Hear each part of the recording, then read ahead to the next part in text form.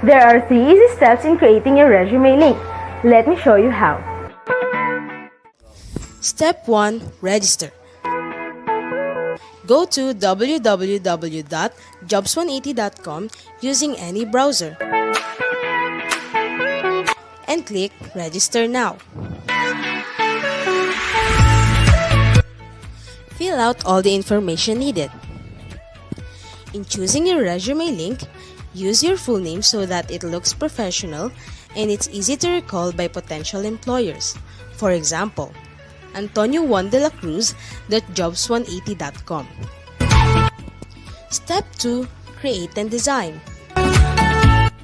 When creating your resume, make sure to complete your personal information and upload your profile picture. One of the highlights of the resume link is the portfolio section. In the portfolio section, you can show off your skills by uploading samples of your work like documents, pictures, videos, and your social media links. Your resume link also features different themes and you can upload a cover photo. This is a combination of a cover letter and a social network cover photo. Here is an example. You can also download a copy of your resume link and print it.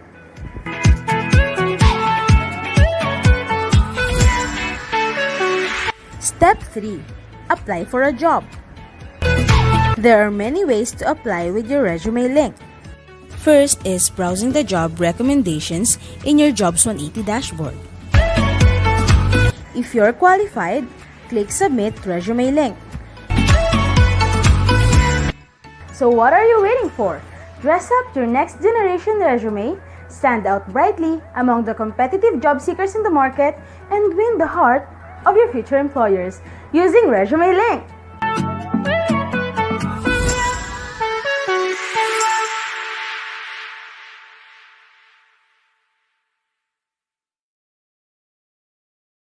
Sasamahan kita,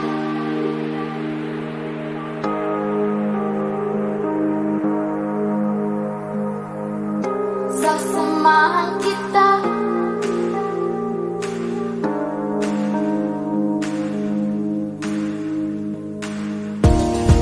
inimithi, inaasam, pangarap na walang hanggan. Bawat ngiti, nagniningning, magsisilbing liwanag sa dilim. Natatanaw mo ba? Maaabot mo ba? Tanong sa bawat bukas, masasagot mo na. Mahaba man ang daan, madami man niyang hadlang, huwag kang mag-alala, sasamahan kita.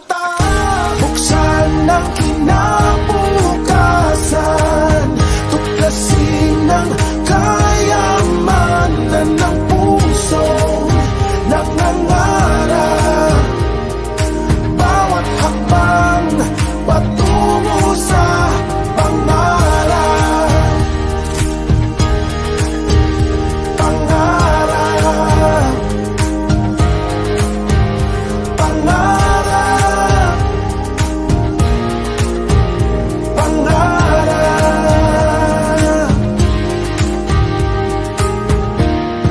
Malinaw na ang paraan, kalimutan na nakaraan.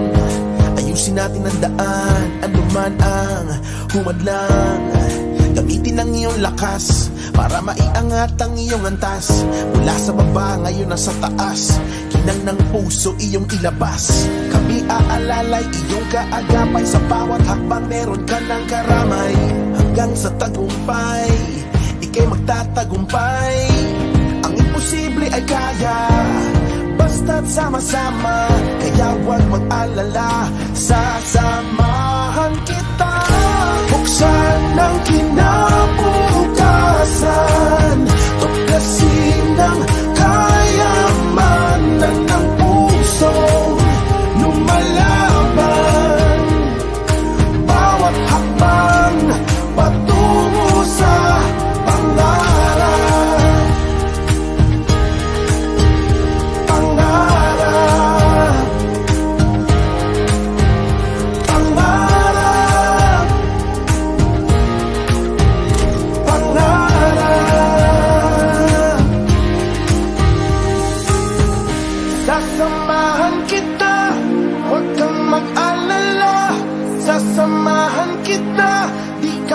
mawawala.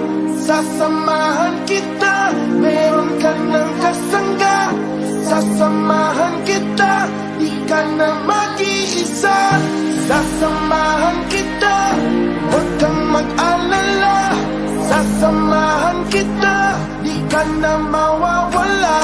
Sasamahan kita, meron ka ng kasangga.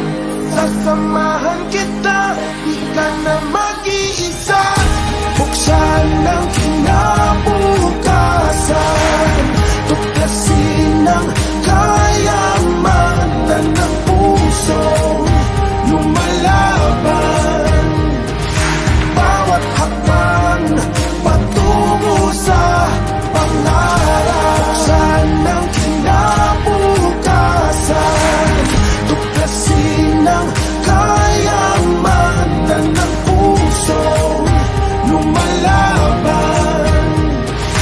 Bawat hakbang patungo sa pangarap.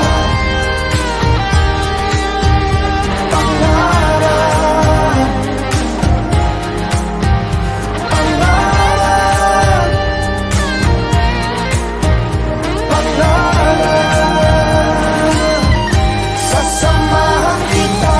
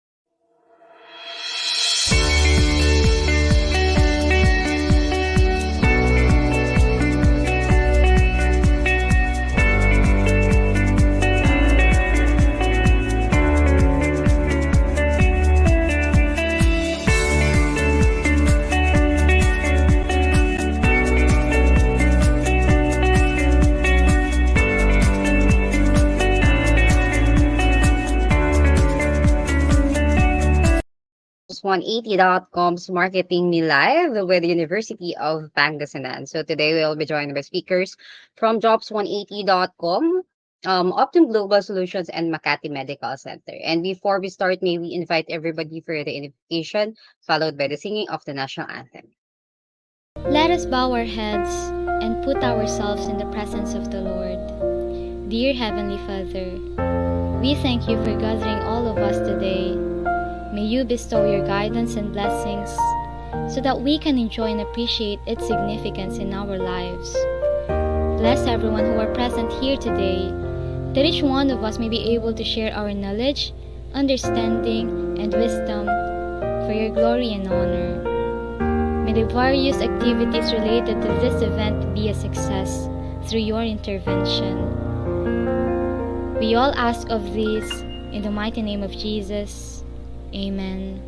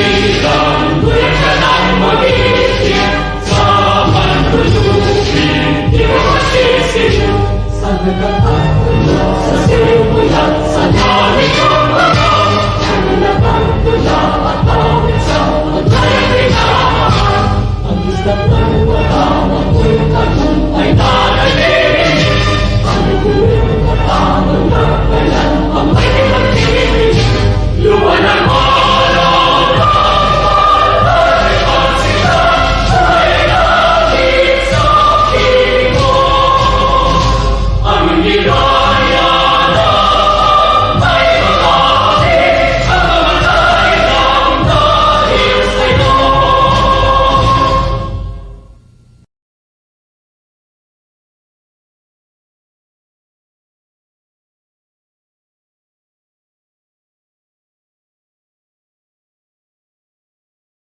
Okay, so again, welcome everyone. Ready na ba kayo? I hope you all are. By the way, my name is Joyce from jobs180.com.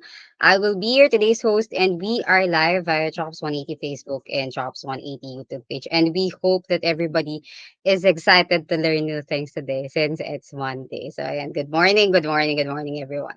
So to officially start today's session, may we invite Ms. Adele S. Chaspe, the Director for Center for Student Development and Leadership, to give us the opening remarks. Success does not end when you graduate and receive your diploma. It is simply a stepping stone for you.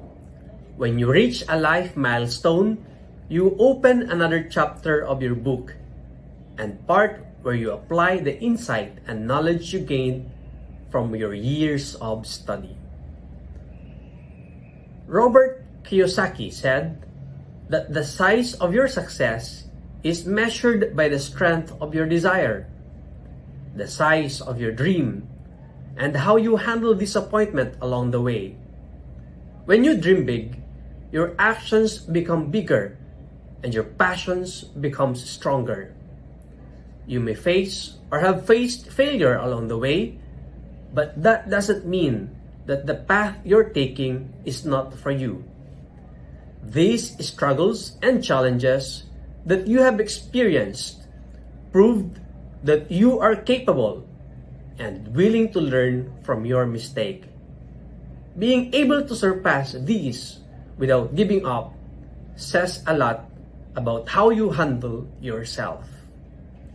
It is difficult to find work these days.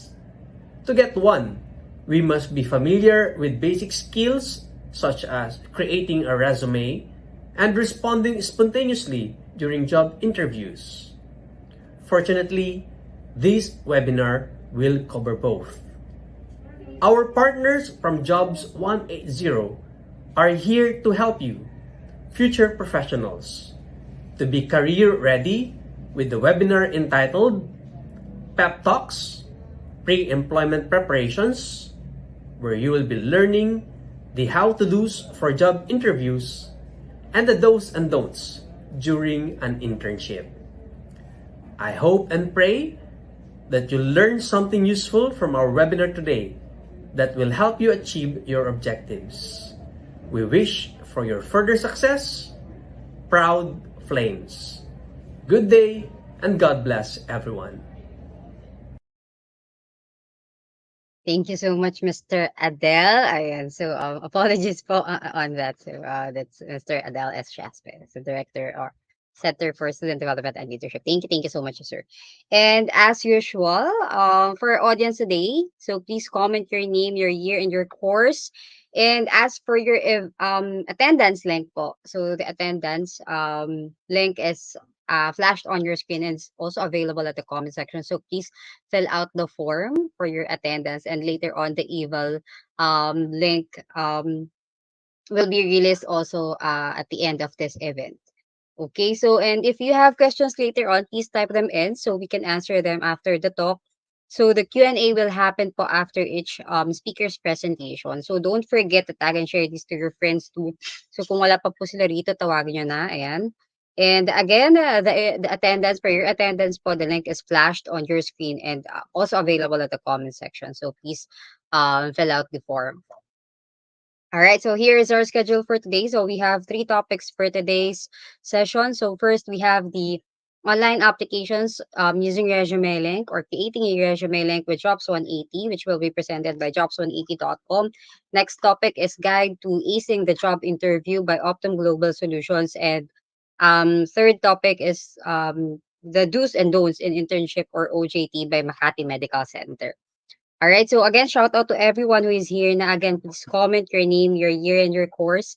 And as we go along, type in your questions so we can read it later. Sabi ko nga, huwag po kayong mahiya. This is your chance to ask before you face the real adulting thing or the world of work. Okay. So to our audience, sit back, relax, and let us all hashtag learn together.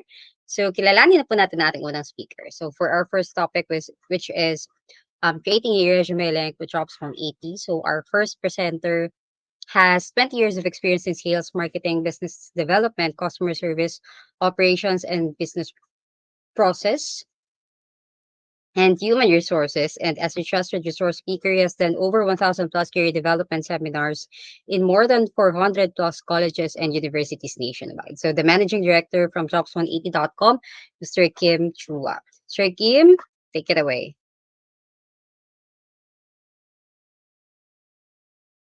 Allow me to share to you how to make a job-winning resume. Yan. A lot of you are now looking for a job and exploring for the next chapter in your life. I hope that this session will be able to help you. Not only you, but the people that you know that needs help in terms of how to make a job-winning resume. Yan. So yan na tinatawag nating resume link. A lot of platforms right now, mga online platforms are being offered left and right. But for you to know paano to magiging job-winning tool or job-winning resume to, meron akong checklist. So go with me, with all these checklists. Your checklist should include the following. Number 1, kailangan mag-stand out ka. When you look for a job, you have to be able to stand out. Because if you're not going to be able to stand out, then I think you'll just be part of the crowd. You'll be one of the next applicant na wala lang, na hindi mapapansin. Another thing that should be in your checklist is that you should only have one file. Hindi dapat maraming files na iba-iba sinesend sa mga companies. Mas maganda, isang file lang para pag sinend mo, lahat ng details mo nandoon na. Another thing in your checklist is that it should make the process more efficient. Ibig sabihin, mas mabilis mag-submit, mas mabilis makita ng HR, at mas mabilis kayo makontak for possible next steps na or possible job offer na. Now, another thing in my checklist is that dapat tipid ito, wala itong gastos. The tool that I will show you today, wala itong gastos. Libre po ito. At higit sa lahat, ito ang pinaka-importante sa lahat. This should be in your checklist. The tool should be secured. Okay, more than anything, importante talaga ang data. Pero ang data ninyo, dapat yung protectionan. And using this tool, this is the most secured resume kung tawagin. Bakit siya tinawag na most secured resume? Let me go through the next slides na. Okay? Ito ang tinatawag na resume link. Okay? A personalized URL for anyone can open online anytime. I will use an example para makarelate kayo. If you are John Santos, ang link mo or resume link mo pwede maging johnsantos.jobs180.com. Ganun lang kasimple. At yan na po ang resume link nyo. So how do you make one? Go with me through the 3 simple steps. First step is you have to register. Absolutely wala tong bayad. Libre po ito. How do you register? You go to the website of jobs180.com. That's www.jobs180.com at dun ka mag-register on the upper right side of your screen. Now, as you do that, you have to put the basic information. Okay? So, alam nyo na ano mga information yan. Hindi ko na isa-isahin. Babawasan nyo naman at alam nyo naman ano dapat ilagay. Now, as you create your account, you have to use a valid email. Okay? Now, before we go to the email, paalala ko lang, sa mga nag-isip sa inyo, paano kung hindi ako si John Santos, ano gagawin kong resume link? O yan, baka nag-isip kayo eh. So, if ever lang, mayroon kang kapangalan, okay, just so happen na may ibang John Santos na nauna sa inyo, ano mangyayari? Magkakaroon doon na red na box, sasabihin niya, this name has already been taken. Huwag kayong malungkot, pag taken na, okay lang, just be creative. Pwede mo gawin, baliktarin mo, gawin mo santosjohn.jobs180.com o kaya J Santos, o kaya Santos J, o kaya JS, o kaya SJ. Depende kung ano gusto mo gawin. Basta importante, wala kang kapangalan. Okay, wala kang kapareho. Now, when you do this, huwag kayong OA. Do not create yung mga ganong klaseng over creative na mga resume link because it doesn't look professional. Imagine submitting to a company with your resume link that says eljablo.jobs180.com. Hindi yan mukhang professional. Okay? Now, when you register, please use a valid email. Ito yung emphasis ko lang sa pag-create nyo ng account na dapat gamitin yung email, yung nabubuksan yung email, kagaya ng Gmail, Yahoo, or any email na nabubuksan nyo. Do not create, example lang yung mga email na kagaya ng ganito, patricia@facebook.com na email. Huwag kang gagamit ng joseph@facebook.com na email to register. In short, huwag mong gagamitin yung @facebook.com na email. Because if you use @facebook.com na email, you will no longer be able to receive notification being sent to you by the companies as well as jobs180.com. Importante po na nabubuksan nyo yung email nyo kasi kailangan mo i-verify yung account mo. Okay? It is very important that you verify your account as a proof na ikaw nag-register at pangalawa, para ikaw ay makapag-apply. If you don't do this, if you don't verify, walang mangyayari sa account nyo. Okay? So sayang lang. So you have to verify to finish the first step. Okay? How do you verify? Just open your email, look for the link, click mo yung verify, you're done with the first step. Okay? Tapos na yung first step. Ano yung first step? Register. Wala tong bayad. Let's go to the second step. Ang second step, ang pinaka-logical sa lahat. Kailangan kumpletong detalye nyo. So how do you do that? You go back again to your account by going to the website of jobs180.com. This time, hindi mo kailangan mag-register. Ang gagawin mo, mag-log in. Pag login mo, lagay mo dito yung email nyo or resume link nyo, kayo lang may alam yan, at lalo na yung password nyo na kayo lang talaga may alam yan. So when you do that, you now go inside your account. Pag nasa loob na kayo ng account nyo, ano gagawin nyo? Mabilis na lang ito. Fill in the blanks. Okay? Now, I don't have to go through all the information here because definitely, alam mo naman pag sinabi ditong name, malamang pangalan nyo. Pag nakalagay dito address, malamang address nyo. Diba? So you put all the information ninyo dito. Ilagay nyo. Then, what else do you put in here? Importante po, lagay dito lahat ng posibleng paraan na pwede ka makontak ng isang HR. Kagaya ng social media account nyo. Diba? Hindi lang email tsaka phone number. Bakit? Most of the time, ano nangyayari? Okay, let me tell you. Marami sa inyo nilalagay nyo phone number nyo. Pero pag tinatawagan kayo ng HR, hindi nyo sinasagot. Lalo na pag hindi mo kilala. Hala, sino kaya ito? Hindi mo sasagutin. Diba? Kasi takot kayo, baka nagsascam or whoever yung tumatawag. So ano mangyayari sa mga HR? Mag-i-email kami ngayon sa inyo. But you don't open email more often than you open your social media account. So I recommend lahat ng posibleng paraan na pwede ka makontak na isang HR, ilagay mo dito. Kagaya ng mga Facebook nyo or Twitter nyo para mabilis tayo makapag-PM. Private message, makapag-invite for the next step. Okay? What else do you put here? You also put here your work options, yung mga work experience nyo. Pagdating po sa work options, you can see on the screen, you have 4 options na pwede nyo pagpilian. Parang switch lang yan. Yes, no switch, on off switch. So you can choose here, example, looking for OJT, lagay mo yes if you're looking for OJT right now. And later on, pag hindi na, turn it off. Ilagay mo na no. Diba? So depende yan kung anong mas trip nyo or anong mas pasok dun sa hinahanap nyo right now. What the system will do is it will try to match you with companies who are also looking for the same profile with what you have. Yan yung kagandahan ng tool natin. Hindi mo kailangan mag-door-to-door para mag-submit ng resume link ninyo.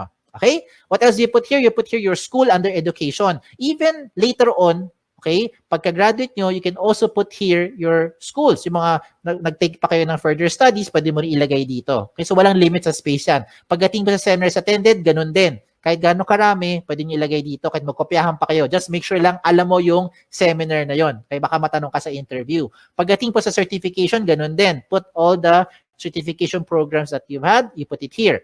Okay? When it comes to the achievement, do not limit your achievement only inside the school. Hindi lahat na nakikinig ngayon ay Dean's Lister. Hindi kayo lahat dito ay honor student.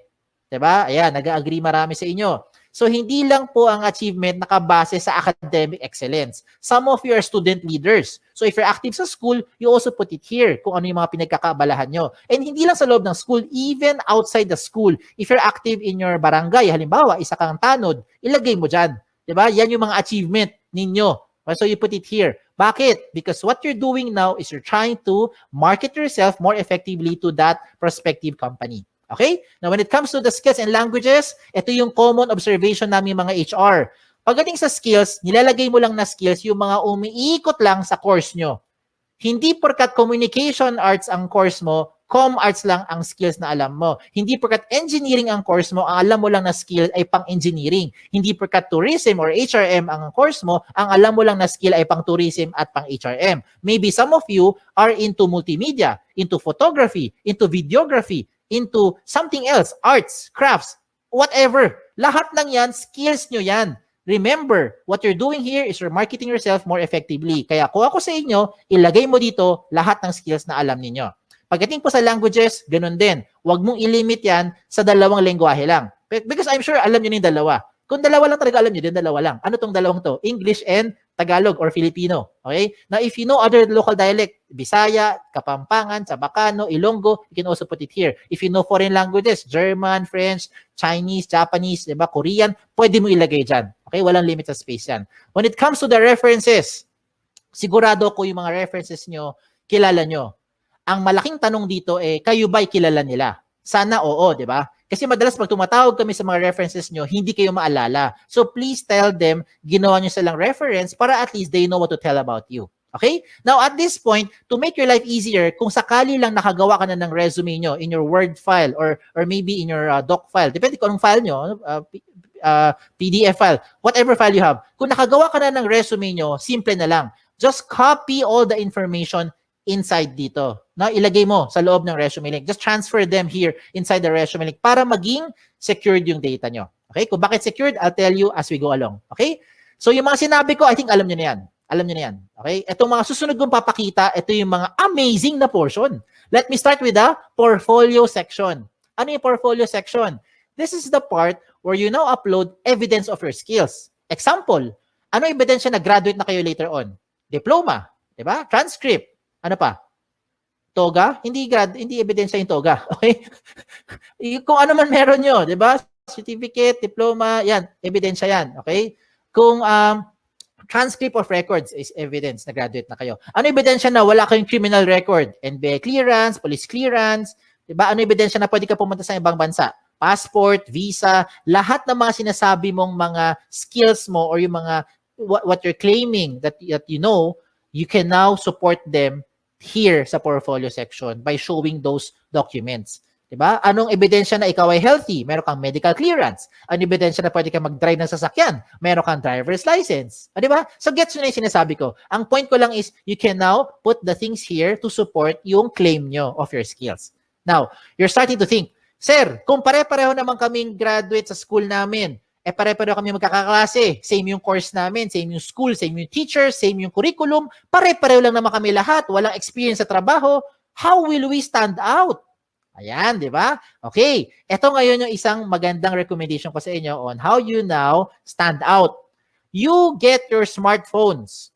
Kunin mo yung mga smartphones nyo. Kung wala, manghiram sa kaibigan. Okay, hiram mo sa kaibigan mo. I-record mo yung selfie video mo. You say something interesting about yourself. Record it in about 30 seconds to 1 minute lang. Huwag na masyadong mahaba. Ano gagawin mo?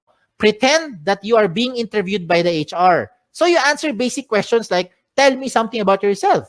O, di ba? Ano yung mga gasgas sa tanong natin? Why should we hire you? O, di ba? Just imagine na tinanong ka ng HR at sasagutin mo na lang siya. Ang maganda lang ngayon, recorded mo. So kung di mo type yung sagot, i-delete mo. Pag type mo, you save it. Then you upload it sa YouTube or sa Vimeo. Maraming mga video channel na libre, mga video converter sa online. Hanapin mo lang. And when you're done, you put that video link doon sa portfolio section nyo. O, di ba? This time, it will definitely make you stand out. Because depende na to sa diskarte mo on how you're going to present yourself. Okay? So I leave it up to you on how you do that. Now, another thing for you to do, na sure akong hindi to makokopya ng classmate mo, ay yung picture mo. Diba? So you put your profile picture here. Now, when it comes to the picture, hindi kailangan sobrang formal na formal. Hindi kailangan pumunta sa studio. Huwag na kayo gumastos. Ang importante dito, tumingin kayo sa camera. Plain background. Okay? Plain background, tumingin kayo sa camera. Wear something, of course, wear something decent. Okay? Do not upload profile pictures that look like the right side of your screen. Yung mga sample na yan, hindi po maganda yung sample yan. Okay? So, huwag kayong maglagay ng ganun kasi mga sample na profile picture. Now, another good thing pa that will make you stand out using the resume link is your cover photo. Yes! A picture paints 1,000 words. Yan ang kasabihan na very, very applicable dito. A lot of you who are listening today, hindi kayo gifted with writing skills. Hirap kayo i-express ang inyong feelings at inyong thoughts into words. Hindi mo ma-type, hindi mo ma-sulat. Tama? Hirap tayo eh. Bakit? Hindi natural sa atin yan. Pero pagdating sa picture, kaya mo i-express yung inyong personality. Look at the examples I'm showing you. Look at the one on the left. Ano siya? Isa siyang ophthalmologist or optometrist. Sabi naman ng iba, eye expert.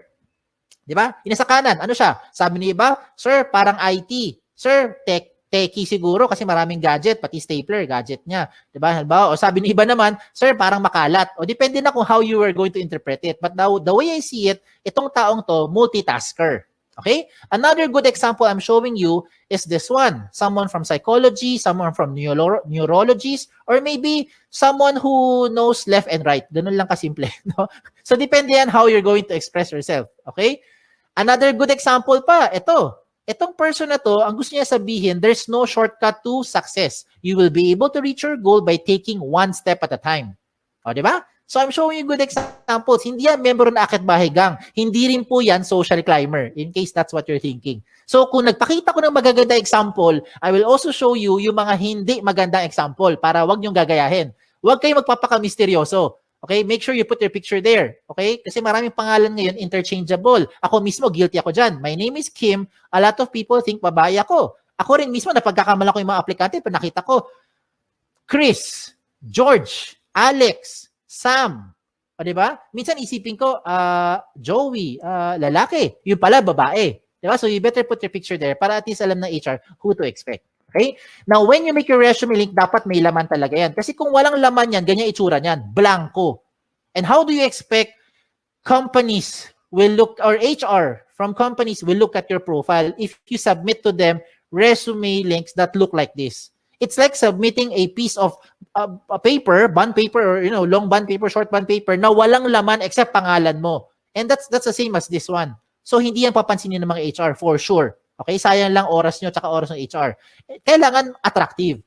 Okay? When I say attractive or catchy, do not overdo it naman.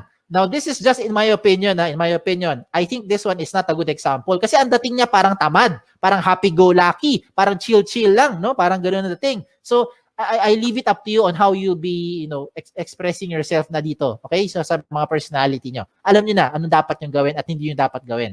So, showing a very good example is si iExpert. Tignan mo, lahat ng detalye niya, kompleto. Everything. From top to bottom, kompleto lahat ng details, including yung kanyang mga portfolio section na nagpapatunay na siya ay isang licensed ophthalmologist. Pinakita niya lahat ng mga posibleng hingiin pa sa kanya ng mga HR. So bakit ko sinabi sa inyo na papabilis yung buhay dito? Hindi lang buhay nyo. Pati buhay din ng HR na papabilis. Because once you submit all this information to that company, when the HR opens your resume link and sees everything about you, dalawa lang ang pwedeng mangyari niyan. One is, nahuli mo attention, gusto ka niya ngayon kausapin or schedule for the next step, like interview or possibly job offer, or hindi ka nag-fit. Yun yung second. Diba? Para at least, ang maganda rito, hindi na pabalik-balik, hindi na siya tatawag para sabihin, hello ma'am, meron ka bang evidence na graduate ka na talaga sa school na yan? Can you send me your transcript? Diba? Can you send me yung mga evidence or yung mga sample skills o sample work mo kasi you are in IT or in graphic design, diba? Gets mo ibig ko sabihin. Wag nang pabalik-balik, sayang yung oras. Okay? Time is of the essence, lalo na ngayon. So you put everything there, at least pag nakita ng HR, diretso na kagad sa pag-process sa inyo. Okay? A lot of you are now thinking, Sir, pag gumawa ako ng resume link at nilagay ko lahat ng information ko dyan, baka naman yung mga data ko nakakalat na sa buong mundo. Baka naman yung mga information ko nakalantad na sa buong internet. The answer is, no. Kaya nga siya tinawag na the most secured resume. Okay? Bakit siya tinawag na most secured resume? Because you have the ultimate control over your privacy settings. Follow the screen. Inside your dashboard, when you log in, you can go to your settings. Sa settings mo, to be specific, puntahan mo yung privacy settings. In your privacy settings, you choose the information that you want to show in public. Halimbawa lang you do not want to show your birthday. What do you do? Turn it off. Ayaw mo pakita yung address mo. What do you do? Turn it off. Ayaw mo pakita ang inyong references. What do you do? Turn it off. So lahat na naka-off, hindi lalabas sa public. At sino may control niyan? Kayo lang. O, di ba? Ang maganda pa rito, real-time update yan. Halimbawa, today, you decide not to show your birthday, your address, and references. And then 5 minutes later, you decide, sige, pakita ko na nga birthday ko. Turn it on. Real-time. 5 minutes later, the moment you save your settings, lahat na binigyan mo ng resume link, updated na rin sila real-time. As in real-time. Di ba? Ayos, di ba? Sige, tuloy natin. Tuloy pa natin to. So, reminders ko na lang sa mga late na dumating or kakakinig lang, when you make your resume link, make sure that your profile is interesting and attractive. Okay? Wag OA. Iba yung over naman yun. No? Wag naman ganun. So, make sure it's attractive, it's catchy. Complete all the information, especially your contact details. Kasi sayang naman lahat ng ginawa mo, nahuli mo attention, hindi ka makontak ng HR. So, better make sure nandyan yung mga contact details na updated. Okay? So, yan. So, tapos na tayo sa 2 steps. Last step na lang. Ano yung first step? Recap lang. First step is register. Wala tong bayad. Libre po yan. Second step is for you to complete the information. Yan ang pinaka-logical. And the last step now is for you to submit. So, you're now thinking, okay to paano ko gagamitin ngayon yung resume link? Bigyan kita ng iba-ibang paraan. Okay, lahat ito practical application para makarelate kayo.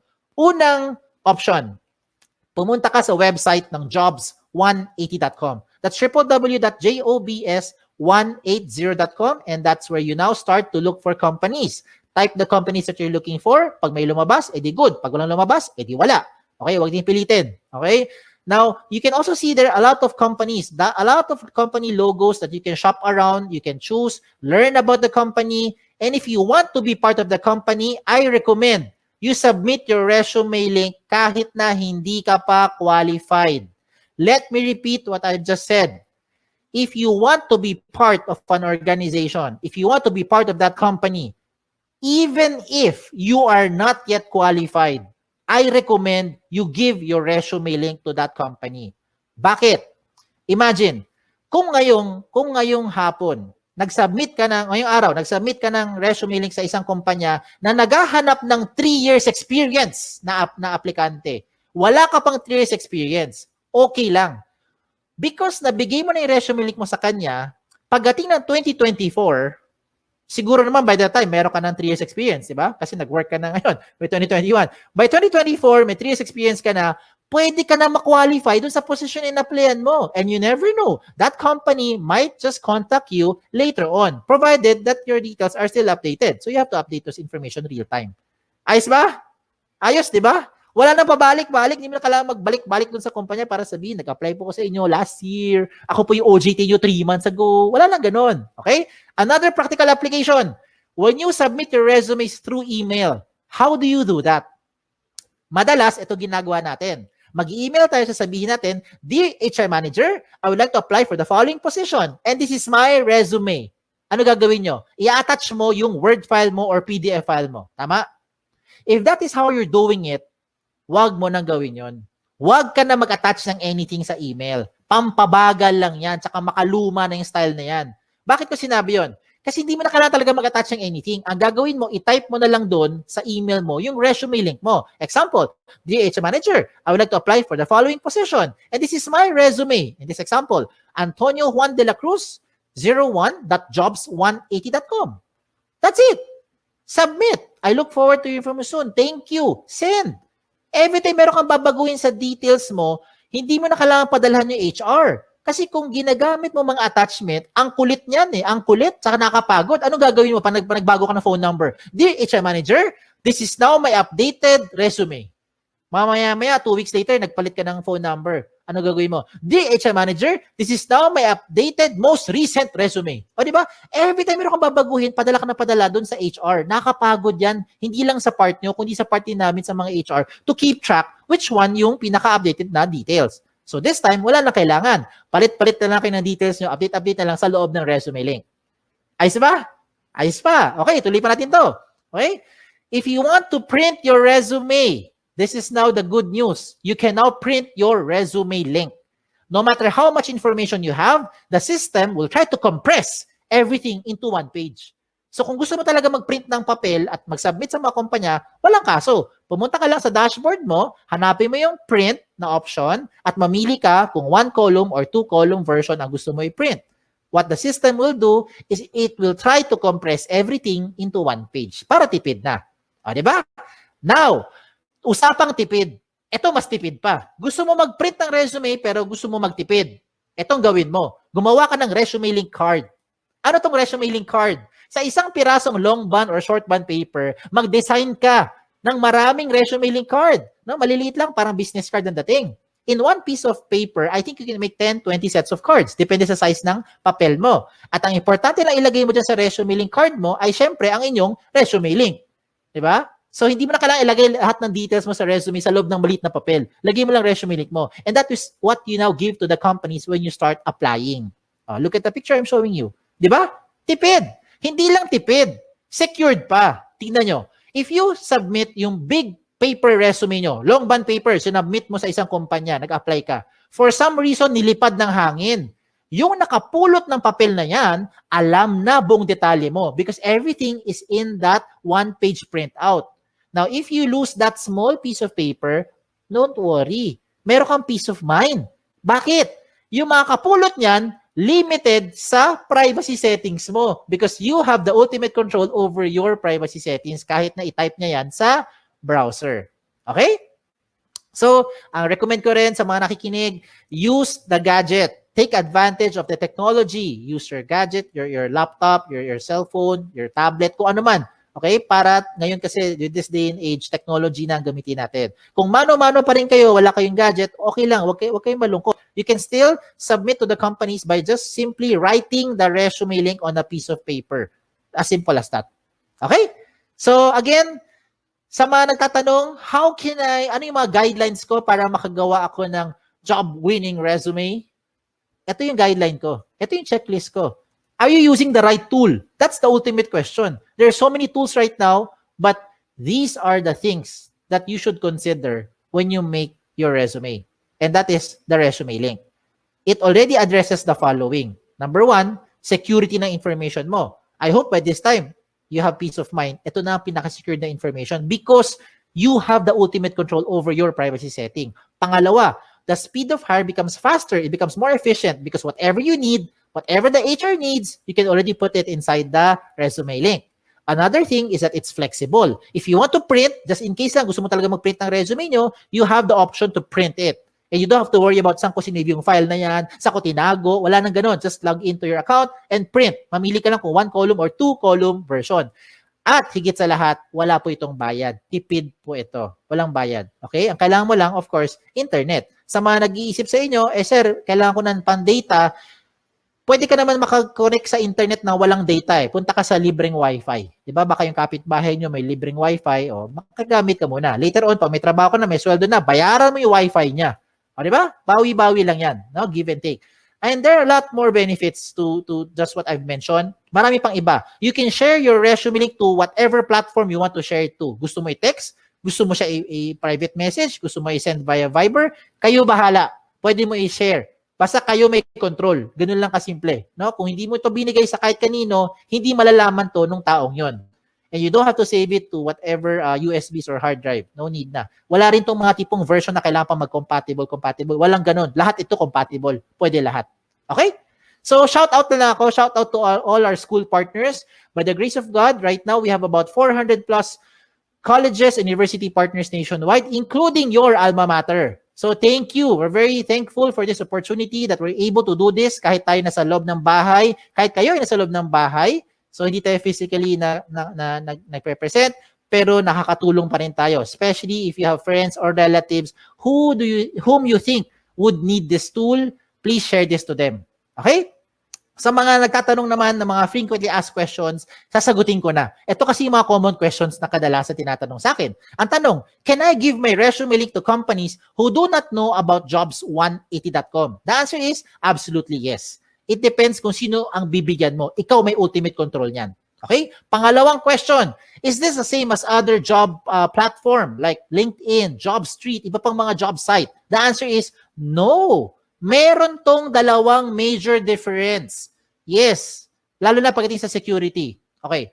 Of course, explain lang ako Okay. With respect to the other sites that I've mentioned, let me just use JobStreet as an example para lang mas makarelate, no? Para makarelate. You can only use JobStreet resume if you're applying to companies who are also using JobStreet.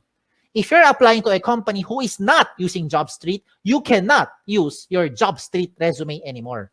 With your resume link, you can use this to any type of company, any platform, wherever they are. Kahit sa loob ng Pilipinas or sa labas ng Pilipinas, pwede mong applyan. Kahit hindi niya alam ang Jobs 180, basta alam niya ang resume link mo, pwede niya mabuksan ang profile at makita according to your settings. That's the first difference. Pangalawang difference, kung nabigay mo na, kung na-submit mo na ang JobStreet resume mo sa isang company, wala ka nang pwedeng baguhin. Lahat ng data mo nandun na yan sa HR. Yes. Hindi na magbabago yan real time. With your resume link, na-submit mo today, mali pala number mo, na-submit mo today, mali pala yung spelling mo, you can always edit it. Enter, save it. Real-time update. Lahat ng binigyan mo ng resume link, updated real-time. Ayos? Okay, tuloy tayo sa number 3 question. Number 3 question is the easiest question. Ang tanong dito is, can I keep my information secured? I hope by this time, na-convince ko na kayo na ito na ang pinaka-secured na platform. Okay? That's the reason why I'm sharing this to you. Okay? Number 4, I think this is the most important question. How often should you update your resume link?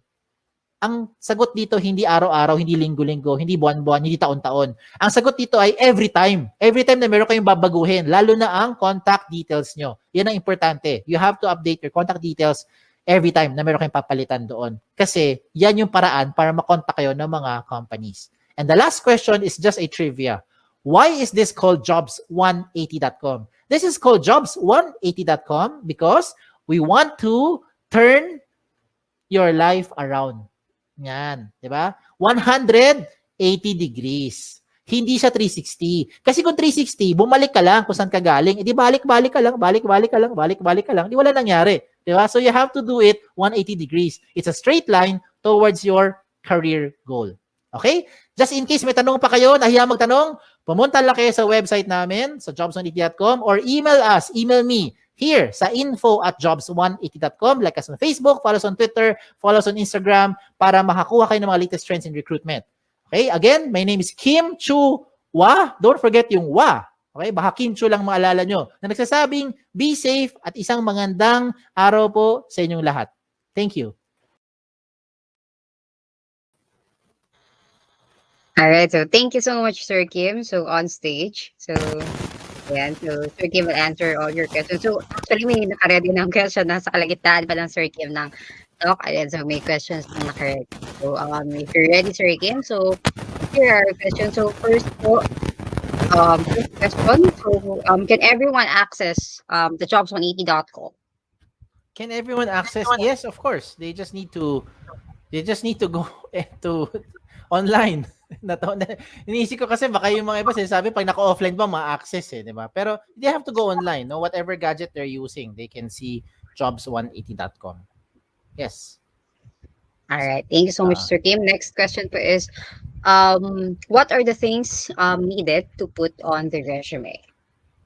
Things needed to put on the resume. Oh, you mean parang kodigo? Kung ano yung mas mabilis mailagay.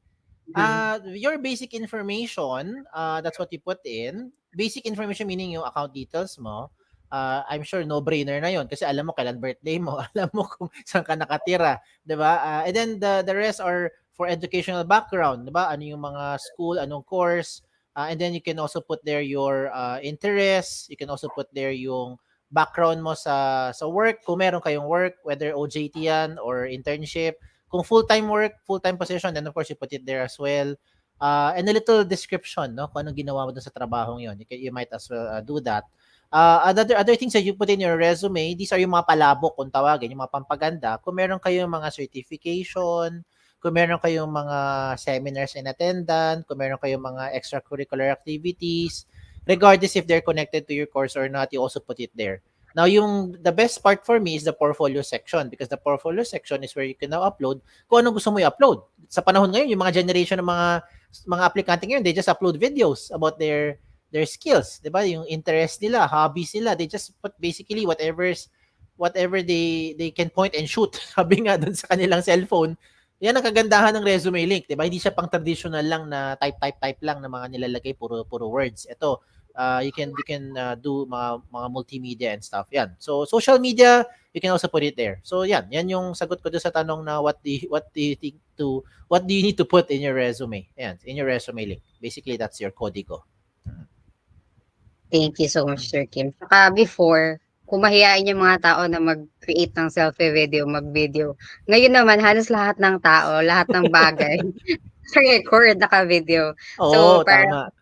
mas easier po for them sa kanila, I think, yung selfie video. Ayan. So, yes. Next question, Sir Kim, is what is or are the best skills, qualities that the companies are looking for today? Okay. What are the skills or qualities that companies are looking for? It depends on the company and their hiring and the position that they're looking for. No? So, ang tingin ko lang, I'm speaking in general as an HR, they will be looking at yung mga yung mga soft skills ninyo. Ayan. Now, for companies who are hiring technical positions, siyempre technical skills yan. Example, if they're into engineering, into IT, 'di ba? Into culinary, into aviation. O yan, 'di ba? Yan yung mga kailangan you need to have X number of hours or X number of experience para at least kahit papaano, 'di ba? Masabi natin, alam natin yung craft natin, yung ginagawa natin. O ayan. So, just to answer the question, yung mga soft skills naman, these are things that normally in communication skills, that's one. Kaya nga nire-recommend ko yung mga selfie video nyo, hindi lang basta selfie video. Diyan mo na rin ipakita, 'di ba? 2-in-1 na eh. You're already showing your personality. You are also highlighting your communication skills. So, 'di ba? If you can speak in English, better, 'di ba? Speak in straight English. Kung medyo kayo ay dinadaga, kinakabahan, straight English, okay lang naman magkamali, 'di ba? Ulit-ulit lang tayo ng video. Kaya nga maganda ang video eh. Pwede magkamali. And then you just upload yung video na tingin yung best video na nagawa mo. Yun na yung lagay mo. 'Di ba? Ayan. So just to answer the question, soft skills and hard skills, these are the skills that companies will be looking for. Okay? Ayan. Alright. Thank you so much, Sir Kim. So, question number 4, parang same question lang with question number 2. What are the info we need to indicate to the resume, or can they put informations po not related actually job Yes. or Yes. na Tama. ginagawa nila? Now that you mentioned that, Ma'am Joyce, I totally agree, no? And I recommend, even if walang connect yan sa course ninyo, walang connect yan dun sa ina-applyan ninyo, ilagay mo dyan if it's about you. Okay? Now, ang mas maganda, syempre, kung may connect dun sa pinapasukan yung position or yung example lang, let me give an example. You are into multimedia, mahilig ka sa graphic design, gumagawa ka ng mga video editing and all that. Pero ang course mo, example lang, ang course mo, nursing. O ayan, 'di ba? Totally walang connect sa course mo yung ginagawa mo, yung interest mo, but you can do that and you can also highlight that as part of your yung information mo sa resume link nyo. Pero take note, yung ina-apply nyo has to have a need for that din. Kasi mamaya ina-apply nyo for something else na hindi naman pala totally needed yung ganong mga requirements or yung mga ganong klaseng skills, baka hindi masyado magkaroon ng bearing doon sa part ng HR sa tumitingin. But then again, ang para sa akin is walang limit yan. No? You put whatever you want to put there and you represent yourself. Okay? Alright. Thank you so Yeah. much, Sir Kim. And next question is how to make comprehensive resume. How to make a comprehensive resume? Teka, parang lahat naman sinabi natin nandyan na eh. So, I think ang sagot ko lang dyan, you go create your resume link. Go to jobs180.com. Okay? Or you can go to the link that is being scrolled here. Makita nyo nagsuscroll na link. Napuntahan nyo yung link na yan. Tapos, doon kayo mag-register ng resume link ninyo. Okay? It's schools, para lang hindi nyo makalimutan, schools.jobs180.com/upang. Napakabilis, 'di ba? UPang para sa University of Pangasinan. Puntahan niyo yung link na 'yan and then you just go through the information that are required doon sa resume link nyo and you will see later on you can fill in the blanks for the rest. Halimbawa, yung mga work options nyo, yung mga portfolio, yung mga documents. These are, I think, it will make your resume more comprehensive because when you give the resume link to an HR, yung link lang naman yung bubuksan nila eh. Pag bukas nila sa link, subject yan sa privacy settings nyo. In case lang nakalimutan nyo or na-miss out nyo yung present ko kanina, pwede nyo panoorin sa replay. Pero gusto ko lang emphasize na depende yan sa settings na gusto nyo ipakita. Now, if you want to show or hide some information in public, then it's all in your control. So, how to make it comprehensive? Then, you just show everything if you want. You just show mo lahat.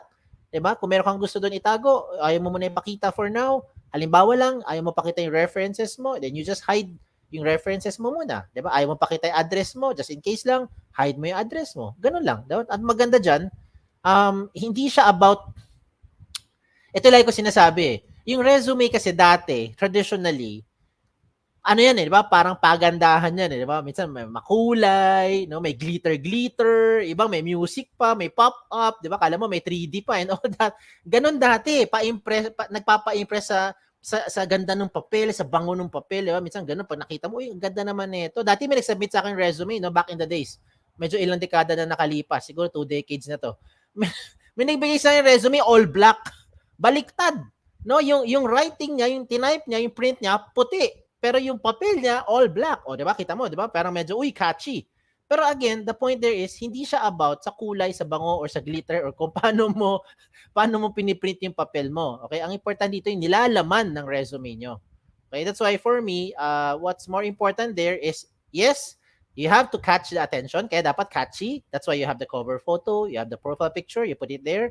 But the rest has to be in such a way na, yung nga, sabi nyo nga, comprehensive. Dapat comprehensive siya to reflect yung meron sa person na yon, dun sa applicante na yon. Okay? So, wag kayo mahiya ilagay dyan. Kung mahilig kayo magluto, 'di ba? Marunong kayo sa mga arts and crafts, kayo ay nagtatanim, 'di ba? Meron kayong green thumb, 'di ba? And all that. Marami kayong mga alam na mga ibang bagay kahit walang connect sa course, you put it there. Kasi sa panahon ngayon sa totoo lang, even the HR people, they are a lot of them are also adapting na to the generation of the applicants eh. So nakakaintindi na rin sila when they see those links, they just watch it and they know kung anong meron, 'di ba, doon sa aplikante. Ayun 'yon. So para sa akin yun lang. Just put everything there. Tapos kung hindi mo feel, edi tanggalin, 'di ba? I-hide. Pag feel mo, edi show. 'Di ba? Ganun lang. Okay? So I hope Alright. nasagot ko yung tanong. Mm. Thank you so much, Sir Kim. So, ayan. So, meron lang parang, um, I think sa text ngayon, Sir Kim, kasi 'di ba we can ano na po, send our resume link via text. Yes. So, si Globe pa lang ngayon, parang recently na-discover ko lang na may mga links silang, may mga message silang binaban, Binablock.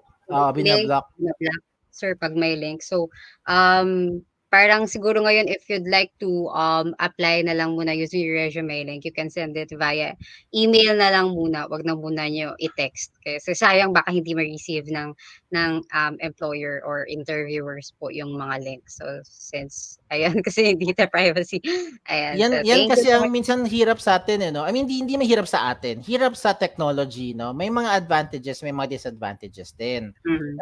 Especially kung yung intention mo masama. So, ano ako, shout out ako sa lahat ng mga scammers diyan, 'di ba? Yung mga kung intention nila, they use the technology instead of to their advantage. It's also to their advantage because of their intention, 'di ba? Their bad intention.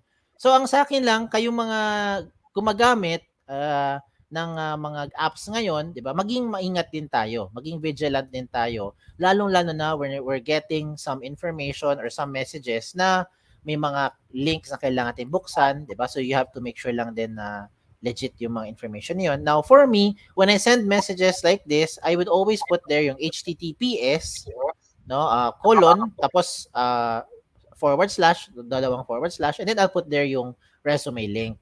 Diba? Now, again, kung ang telecommunication network natin, which is hindi naman natin control yon, no, kung sila ay nagtatanggal or nagbablock ng mga ganong mga messages because they're trying to prevent din for some Mhm. reason yung mga loko-lokong gumagamit ng ganong klaseng mga tools, then tama yung recommendation naman ni Ma'am Joyce. You can use that through email. You can use that through other means. You want to send it via messenger, pwede rin naman.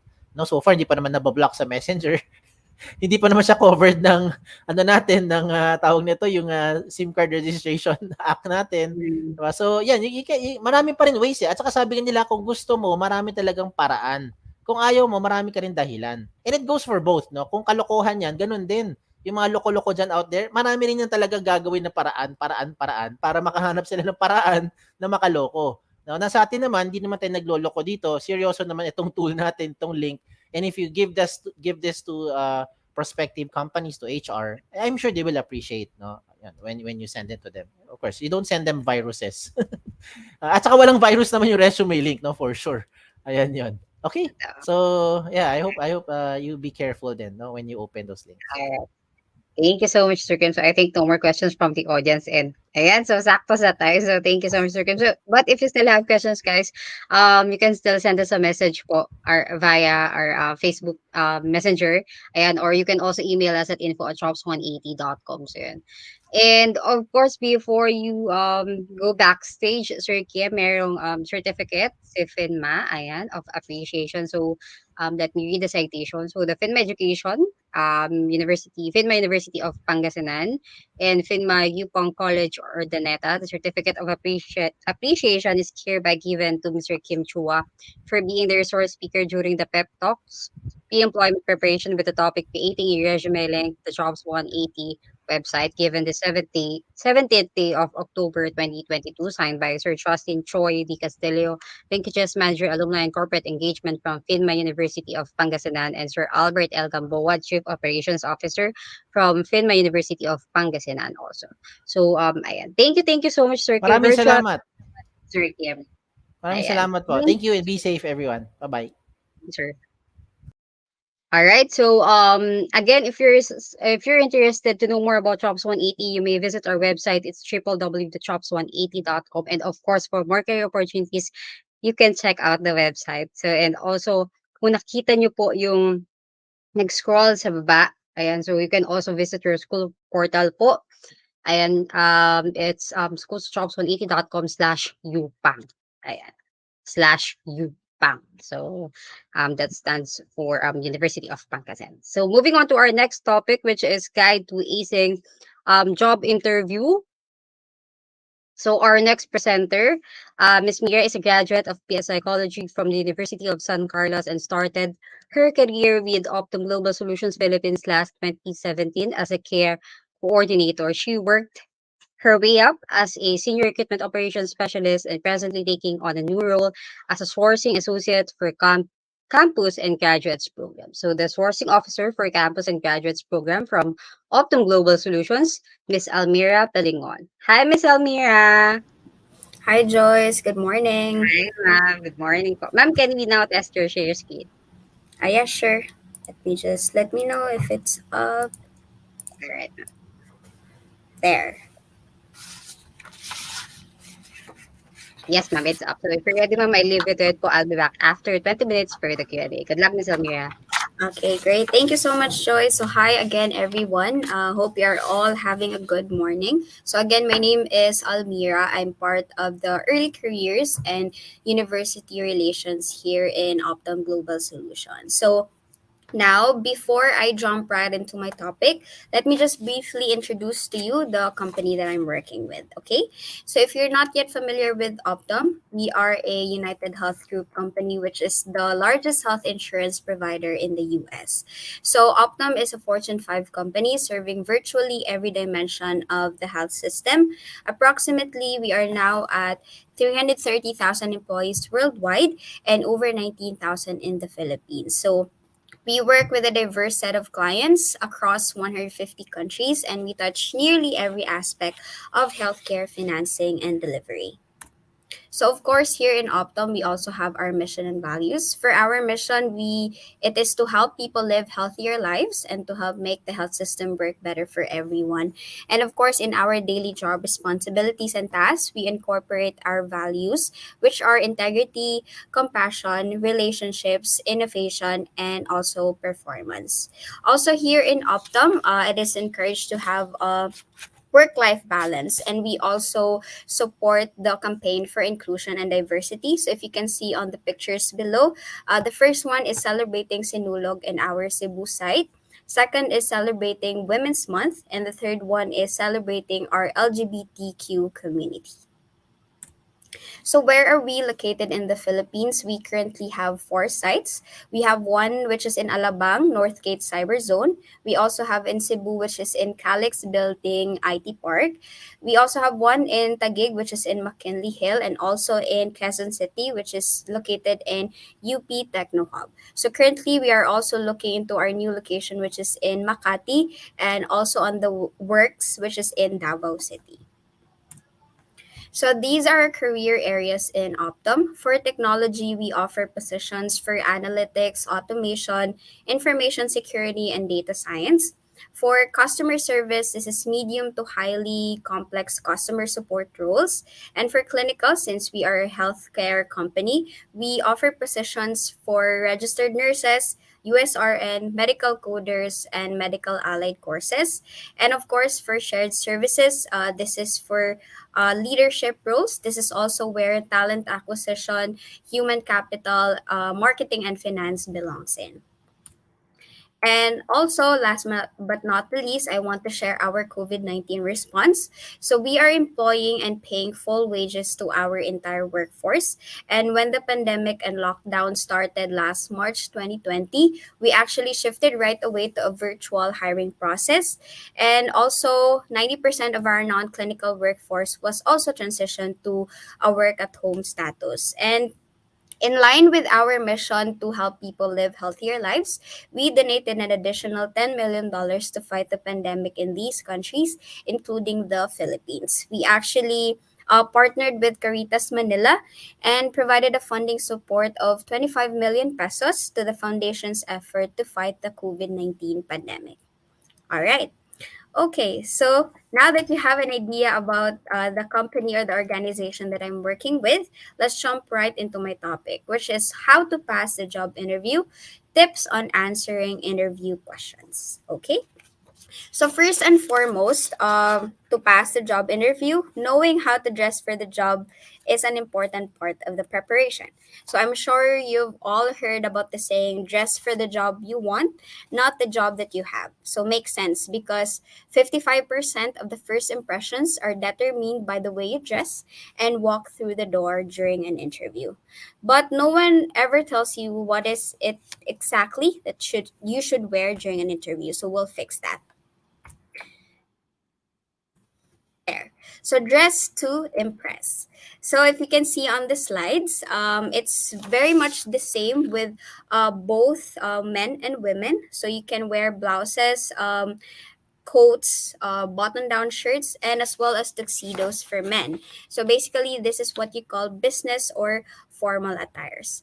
And then for shoes, it should be closed toes for both men and women as well, and what not to wear. So basically, it's sometimes confusing what not to wear during an interview, but the main point there is not to show too much skin during the interview. So if you can see on the picture, it's wearing shorts, wearing also tattered jeans, wearing sleeveless or even tube tops. And then for footwear, you shouldn't wear slippers and also open-toed sandals for men.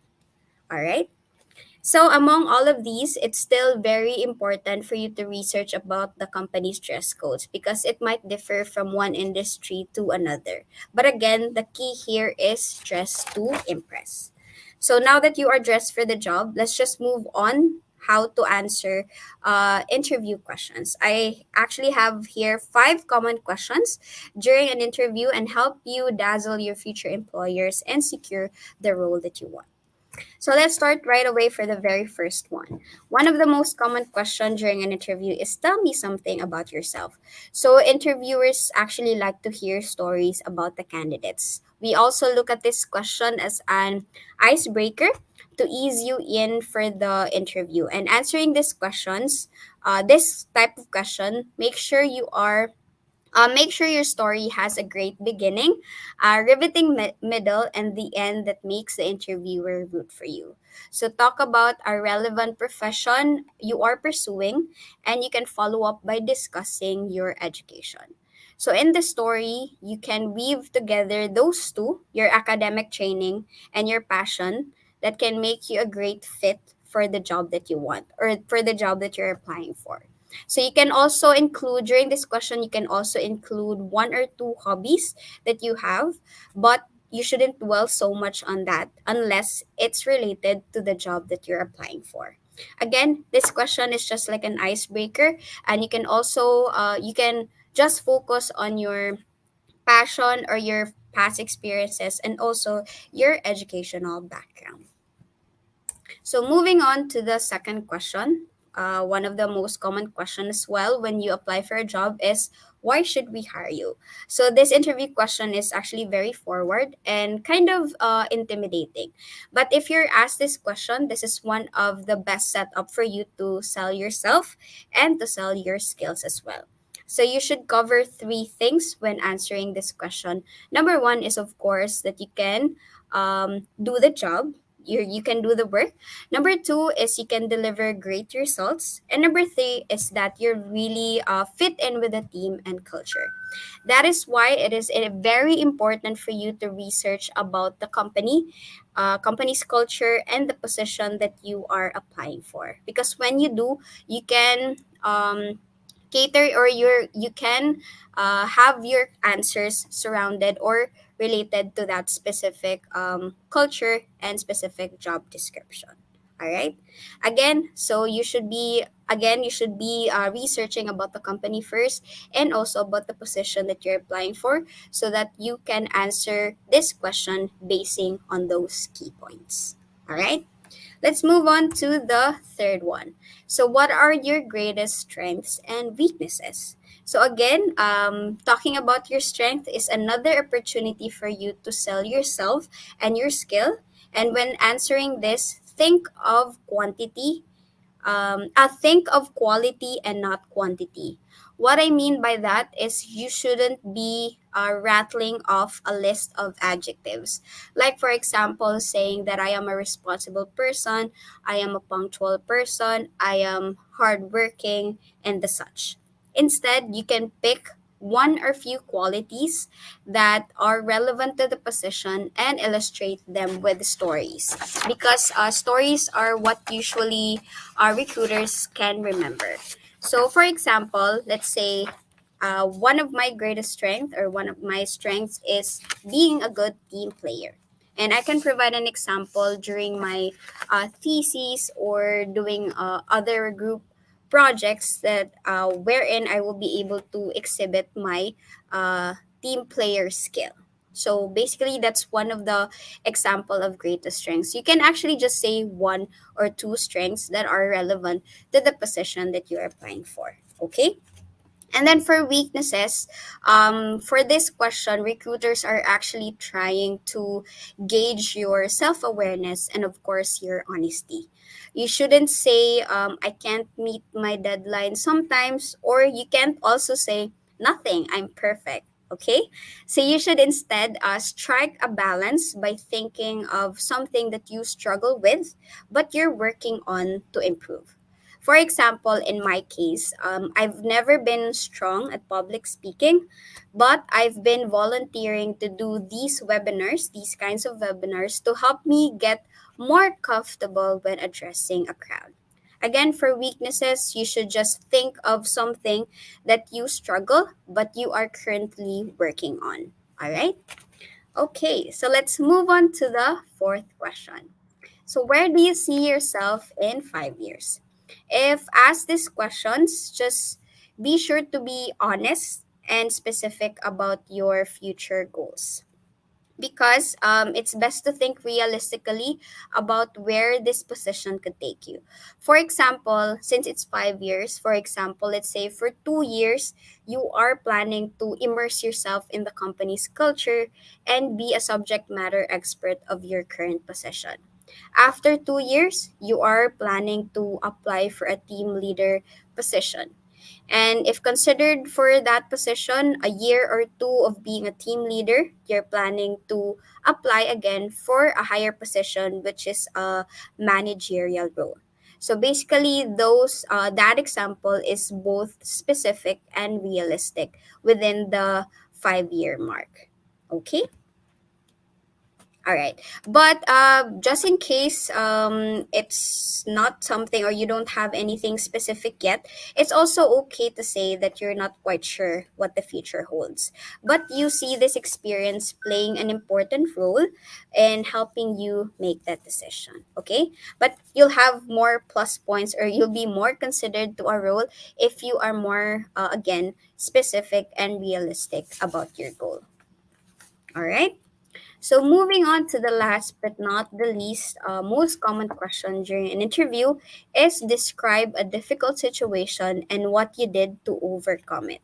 So, this is what we call situational questions, and you're probably not eager to talk about the conflicts that you have. But if you are directly asked, don't pretend you've never had one. Again, be honest, but not going into the kind of detail that you'd share venting to a friend.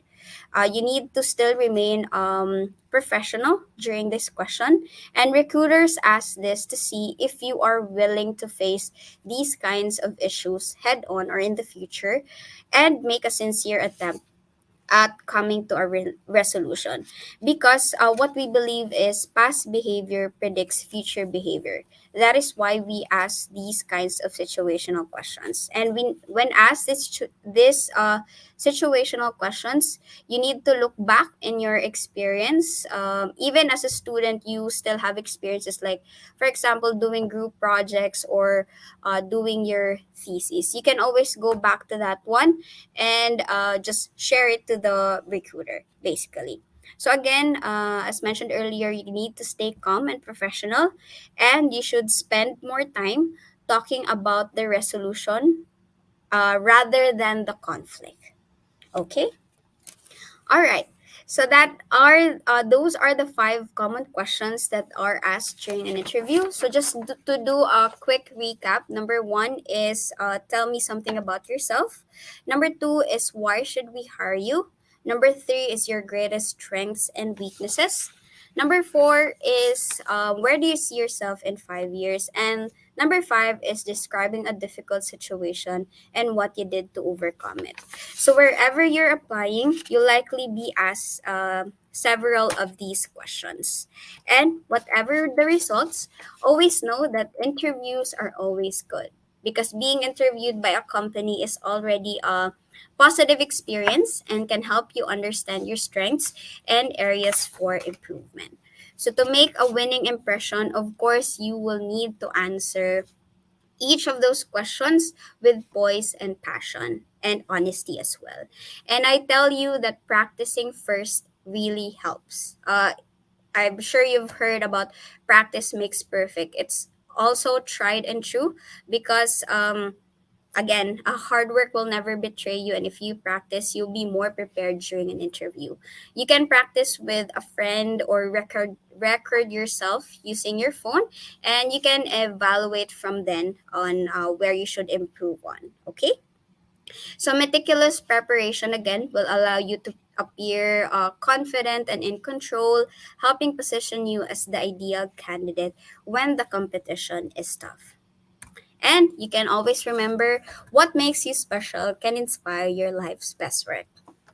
And if you want to do your life's best work or start living your life's best work, we are currently hiring here in Optum for these positions.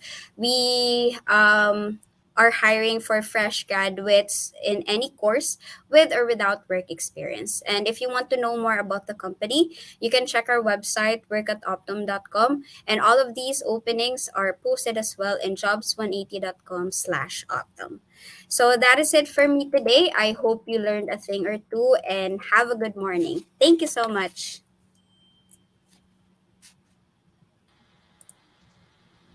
All right. So thank you so much, Miss Almira. So to our audience, the floor is now open for questions. So if you have questions regarding the topic, please feel free to post your questions in the comment section. So there, my questions na pala sa chat natin. No? Um, so first question is, what are the possible difficult questions might ask by the HR in the job interview? I think that's given. So can we move to the next question? Your advice, ma'am, for the fresh graduates who is not or who are not confident when it comes on the job interview. Mm-mm. Okay.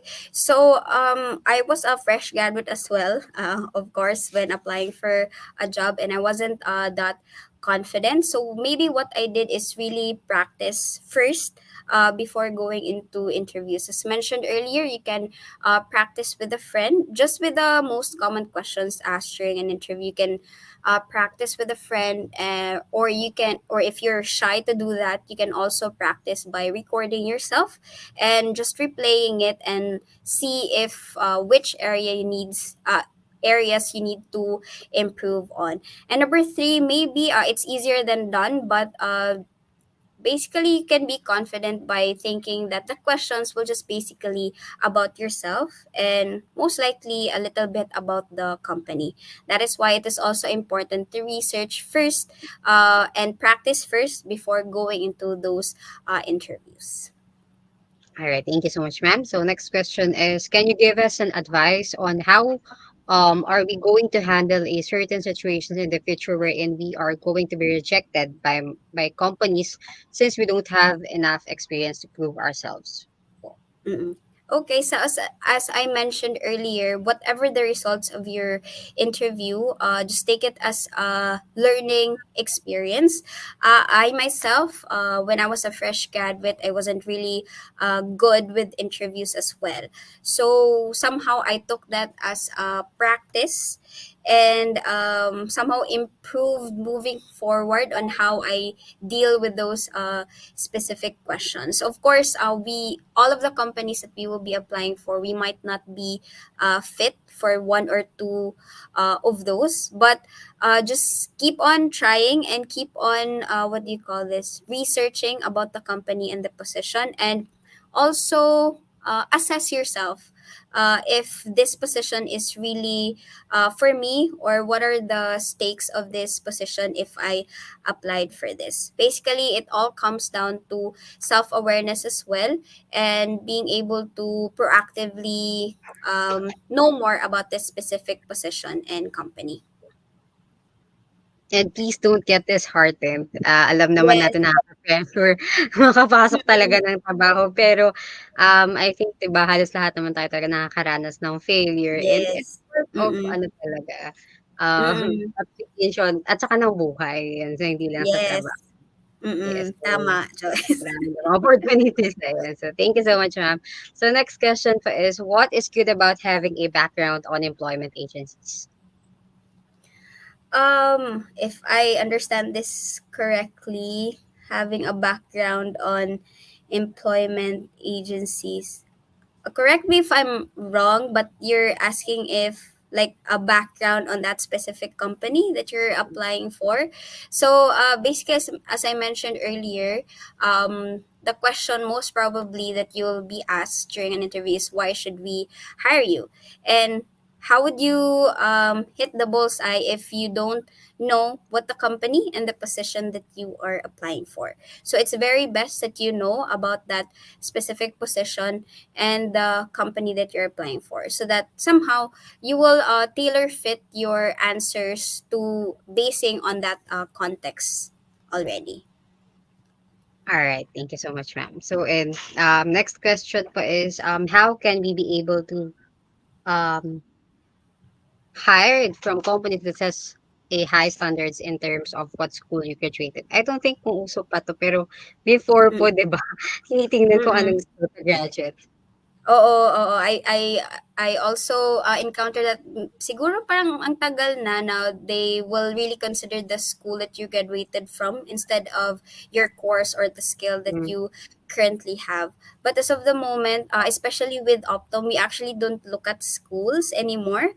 We also don't look at the course as well. What we basically look for is really your skill, especially your English communication skills, and also how you present during an interview. As I discussed earlier, also dressing properly and being able to be, or being prepared to answer those kinds of questions is already a plus. You can already secure a job wherever you go with those preparations that you have. As mentioned earlier, as of now, hindi na masyadong uso yung anong school ka, which school are you from, and also maybe the course that you graduated from.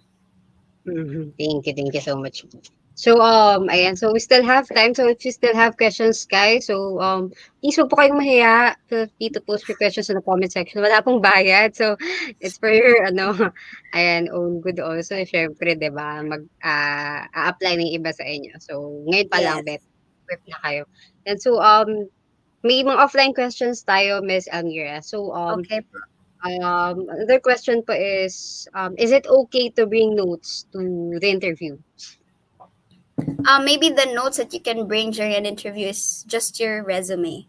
As I Mhm. mentioned earlier, the questions will just basically be about yourself, about your skills, and what you can offer to the company. So maybe that's the only notes that you can bring, because you shouldn't be memorizing your answers din naman, and your resume will serve as your key bullet points, so it's so your answers will not sound like scripted.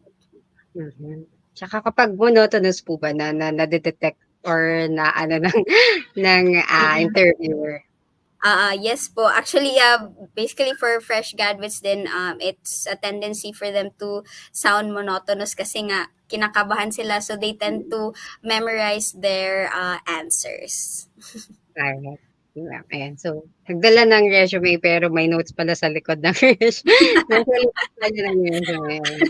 So, of course, also we'd like to know what are the common, mistakes po, the applicants, do in the interview? Mm. It actually differs from each industry naman siguro. Pero I can speak with the BPO or like healthcare industry. Maybe the mistake lang is since you're applying for a BPO company, will look into your English communication skills. And one of the mistakes that some applicants do is speaking in vernacular or mixing their answers with like Tagalog or in Bisaya. I think that's one of the common mistakes lang naman. Number two siguro is yung not researching about the company and the position that you're applying for. This is very common kasi nga we tend to apply to a lot of jobs in like job boards lang. So we tend Mm. to click apply, apply lang. And then when we get a call, we don't first-hand research about that specific company. And kasi I encounter some candidates when I ask them, why do you think we should hire you or why are you applying in this company? And somehow their answers are very generic and it's clear that they did not know about the company before going into that specific interview. So somehow that's kind of discouraging to see that somehow we as the company is just one of your options to really have that specific job. So it's very important as well to do research. Even 5 minute research lang just to get a grasp of what the company does, it's very fine. All right, thank you so much, ma'am. So another question po is, are there candidates who do not pass the interview because of their attire?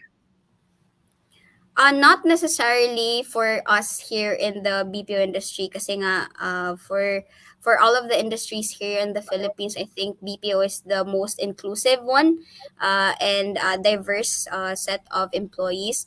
Siguro yung hindrance lang if you don't dress well is hindi ka makakapasok sa building nang ina-applyan mo. But basically, here in the BPO industry, we don't really discriminate if you don't dress well. But as I mentioned earlier, it's plus points na rin if you really dress well. Of course naman, you're going into an interview of na office base. So why would you wear slippers and shorts, 'di ba? Sa simbahan nga we wear formal attires. Bakit hindi sa job interviews din wherein you will be going into a corporate setting na. That's the apply. So agree. Thank you so much, Miss Almira. So I think, ayan, naubos na natin ng lahat ng questions. Wala na natin questions from the audience. So thank you so much, ma'am. So before you go backstage, here's the certificate of appreciation. Um, from Phinma University of Pangasinan. So the Phinma Education, University of Pangasinan, Phinma Education, and Phinma UPang College, Urdaneta. Certificate of appreciation is hereby given to Ms. Almira Pelingon for being the resource speaker during the PEP Talks pre-employment preparation with the topic Guide to Acing the Job Interview given the 17th day of October 2022, signed by Sir Justin Choi Di Castillo, Lignitious Manager, Alumni and Corporate Engagement of Phinma University of Pangasinan, and Sir Albert El Gamboa, Chief Operations Officer from Phinma University of Pangasinan. So, thank you so much, Miss Almira. Virtual clap naman po for Miss Almira. So, thank you so much, Thank ma'am. you. Thank you, Miss Thank you po. Joyce and University of Pangasinan. Bye for now. Take care. Thank you, ma'am, for sharing your time and your experiences for today's session. So, and so please, guys, if you still have questions and if you're interested to apply at Optum, you may send your resume link at www.jobs180.com/optum. Okay. So, moving on to our last topic for today's session. So, ayan, so the do's and don'ts in internship or OJT. So, our next presenter, um, Julius earned his bachelor's degree in nursing at the Far Eastern University, Manila. He is currently pursuing Master of Science in Nursing major in Medical Surgical Care at La Concordia College, Manila. His nursing career focuses on medical surgical nursing. He presently works in Makati Medical Center as a nurse educator and nurse research officer of the nursing division. He also performs learning and development tasks as a preceptor, focusing on onboarding skill-based and continuing nursing education program. During the pandemic, he was able to experience firsthand how to manage the transfer of knowledge and skills to new hires through virtual and face-to-face conduct. His topic, this and those internship, aim to explore the best practices of students during their on-the-job training or internship in their in their various fields of practice. So the educator, nursing education research and development, nursing and patient care services from Makati Medical Center, Mr. Julius Vinluan, RN, CLDP. Hi, Hi, thank Sir you. Julius. Good morning Hi, Joyce. po. Thank you. It's nice to see you now, me as one of your speakers. So it's pleasing to see you, and also thank you very much for University of Pangasinan and to Jobs 180 for your invitation. Thank you as well, sir, for and, accepting our invitation. So, sir, can we now test can we now test your share screen po? Sure. Okay, I lost my share screen pala. Ayan. One moment. There you go. Can you already see? All right. So, yes, sir, it's up. So if you're ready po, I leave it with. I'll be back after 20 minutes for the Q&A. Good luck, sir. Yeah, thank you very much, Joyce. By the way, I hope that you were able to get a grasp of the previous presentation about the interview. Actually, Miss Almira, while you were presenting, it brings back memories when we were applying to jobs. And now, my topic is about the do's and don'ts during on-the-job training or internship. Ayan. So I hope that we will learn. Um, the important facts and important things that we must consider every time that we are doing our OJTs or our internship. As a disclaimer, the presentation that I'm about to provide is only for educational purposes only, and I declare no conflict of interest. But before I proceed to my topic, allow me to introduce first my institution. I have a video for you. This is the healthy normal.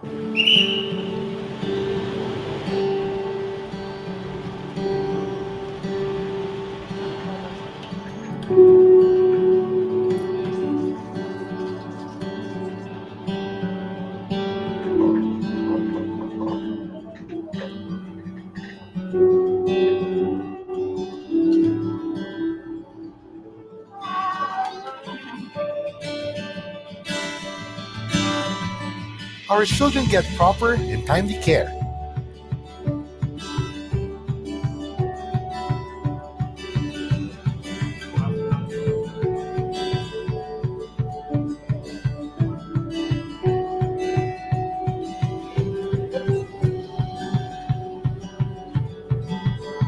Our patients receive safe and finest treatments.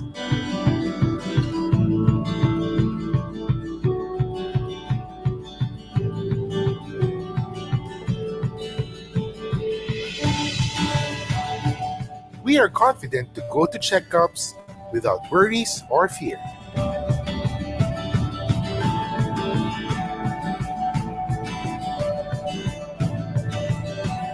We experience service that's from the heart.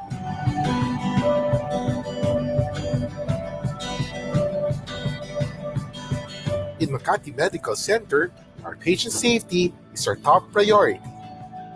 Now is time to take care of our health more than ever. No fear, no worries, because we are always safe in Makati Med.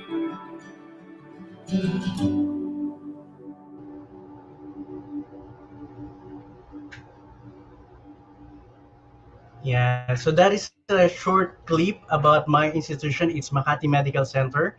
So Makati Med is a tertiary hospital located in the Makati Business District, and it has a bed capacity of 600, and it's one of the 5 hospitals that is accredited by the Joint Commission International. Ayan. And in Makati Medical Center, even if it's a hospital, we are also open for non-clinical positions. And if you are interested to apply with us, you can send your resume link um, to apply for the positions at jobs180.com and to the link https colon double slash jobs180.com slash Makati Medical Center. Aside from the non-clinical positions, we are also open for the registered nurses, nursing assistant, medical technologist, rat tech, pharmacist, and respiratory therapy. So please do not forget to use jobs180.com and follow the link so that you can apply to our hospital. Now, I understand that we have a lot of nurses, or rather student nurses, in the audience as of the moment. But I also understand that we also have from different courses. So I think I saw from business management. I think you're also catering for BS architecture, engineering, and other courses. Now, my topic is not only applicable to our student nurses, but it is actually applicable for all. Because in one way or another, we have some sort of on the job training or internship with our programs. So I hope that you can learn about the discussions that I'm about to do.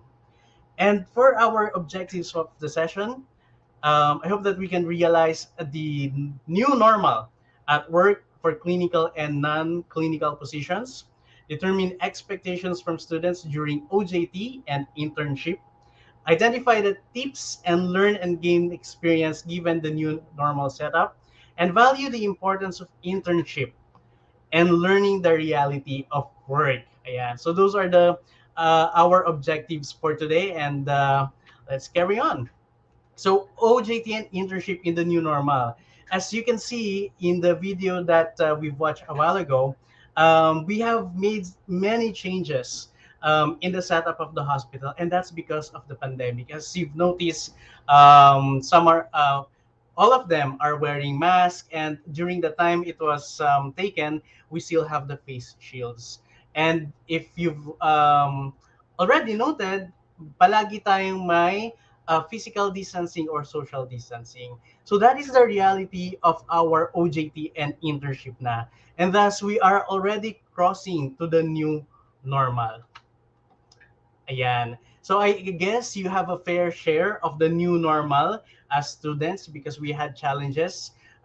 We were not able to see each other face to face, and it's only now that we are returning to the setup na face to face. And even if we are in the face to face setup, there are still limitations. Ayan. So it may be that not all of our courses are in the physical classroom, and still some of our classes are online. So that's our new normal.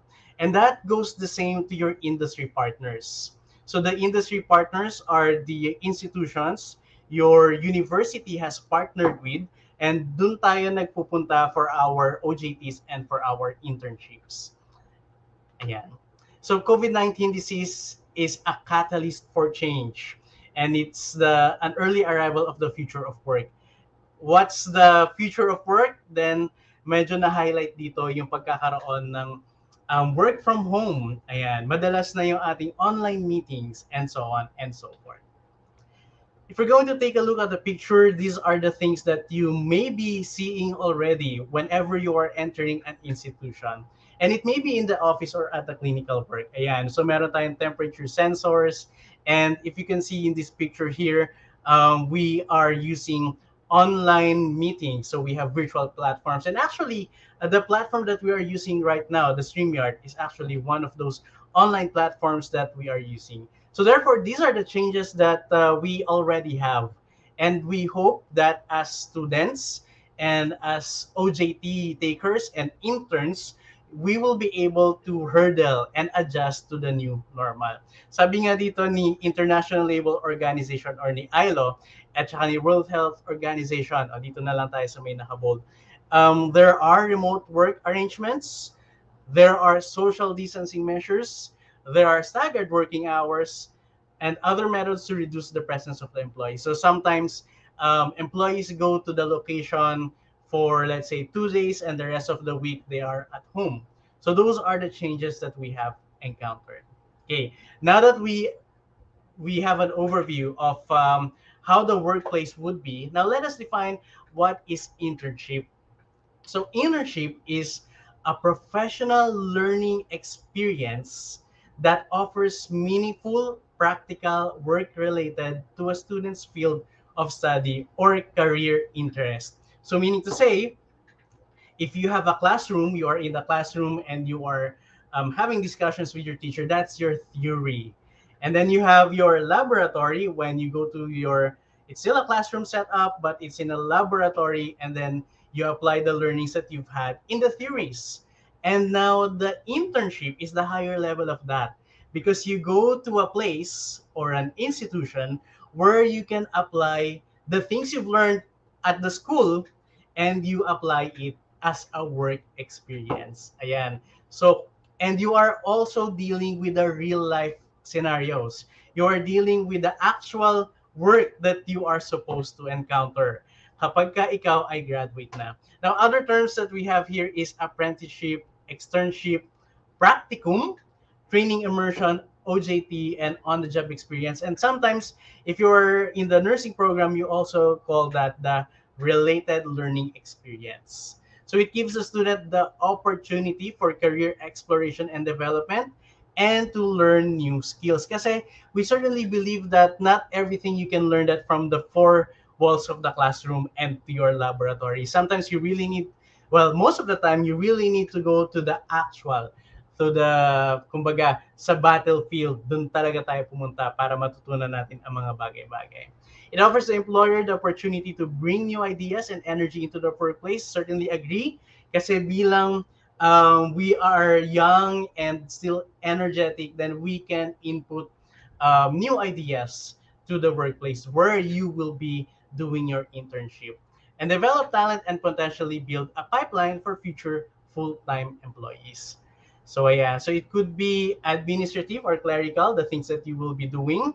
It could be leadership and management apprenticeship, most especially if you are on a business administration program. It could be clinical, medical related learning experience. So most especially if you are in the healthcare sciences or on the job, let's say if you are an engineering or an architecture student. Yeah. So this is an example of how we did our internship in our institution. So that was a time when our academic partners reach into us and say, how are we going to do our RLE, our related learning experience? How are we going to do the OJTs, the internship of our students when we are in the pandemic and we have challenges with face-to-face? And so we needed to adjust as an industry partner.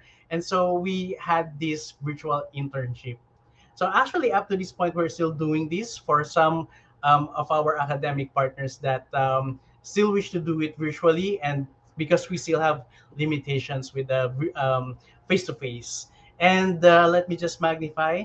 Yeah, we do it as much as possible. We simulate. This is actually a setup in the operating room. As you can see, we have here instruments and we have our clinical instructors here. And we try our best as much as possible to be the closest environment to the actual setting. Ayan, this is another example. So we've created videos so that even if the students are not able to have a face-to-face meeting, then at least they can still have an overview through the videos that we create. And this is an example of the setup that we do. And another video that we created for our students. And above are the students that we had last time. Ayan. So your industry partners are also doing their best so that we can adapt to the ever-changing needs because of the pandemic.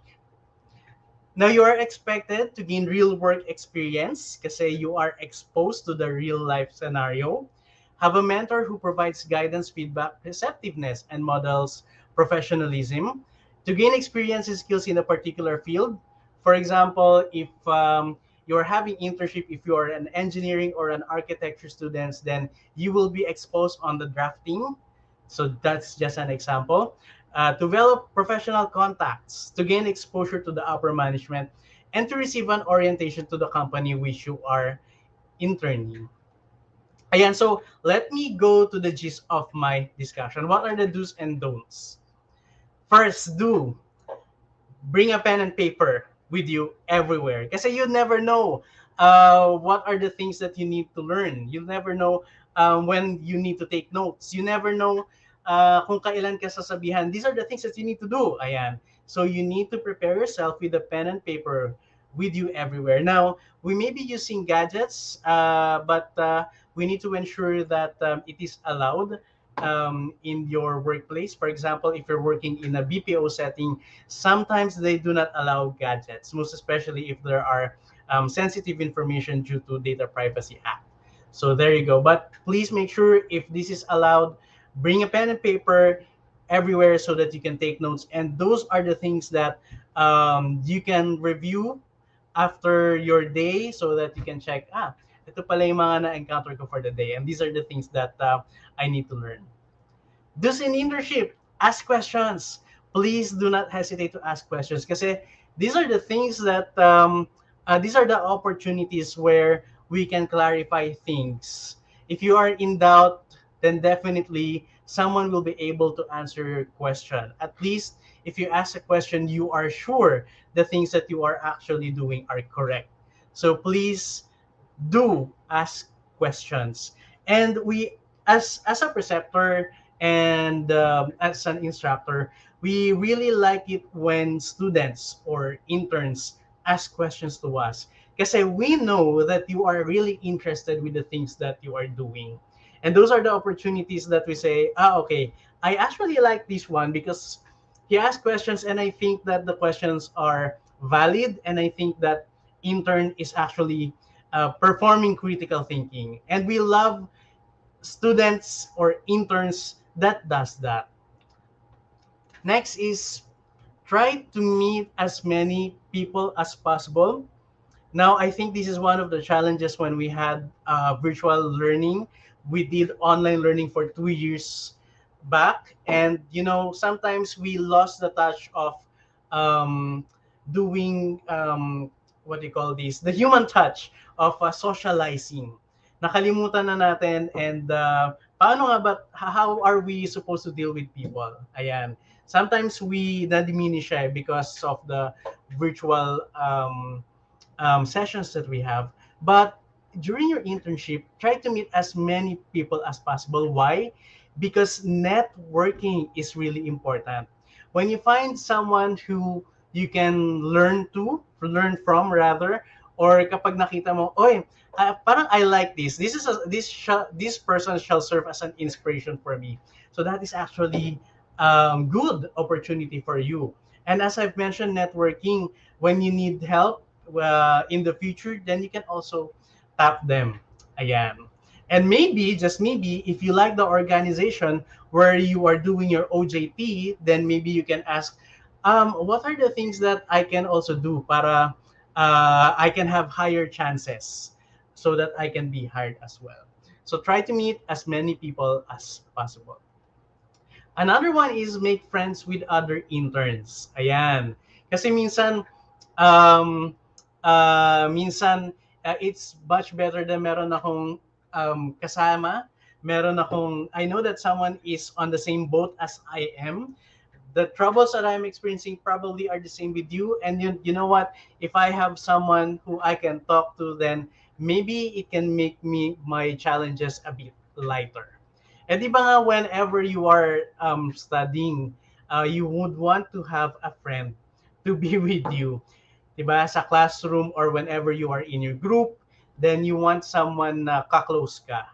And that's the same goes with your internship. So make friends with your other interns. Ayan. Maybe they can also give tips to you kung paano mapapadali yung experience natin as interns. And next is strictly adhere to the minimum infection prevention standards of the workforce. Definitely now that we are in the new normal, then we want to make sure that we adhere to this. Kasi baka dahil hindi natin sinunod ito, baka magka-COVID pa tayo. Di ba? Ang hirap naman nun.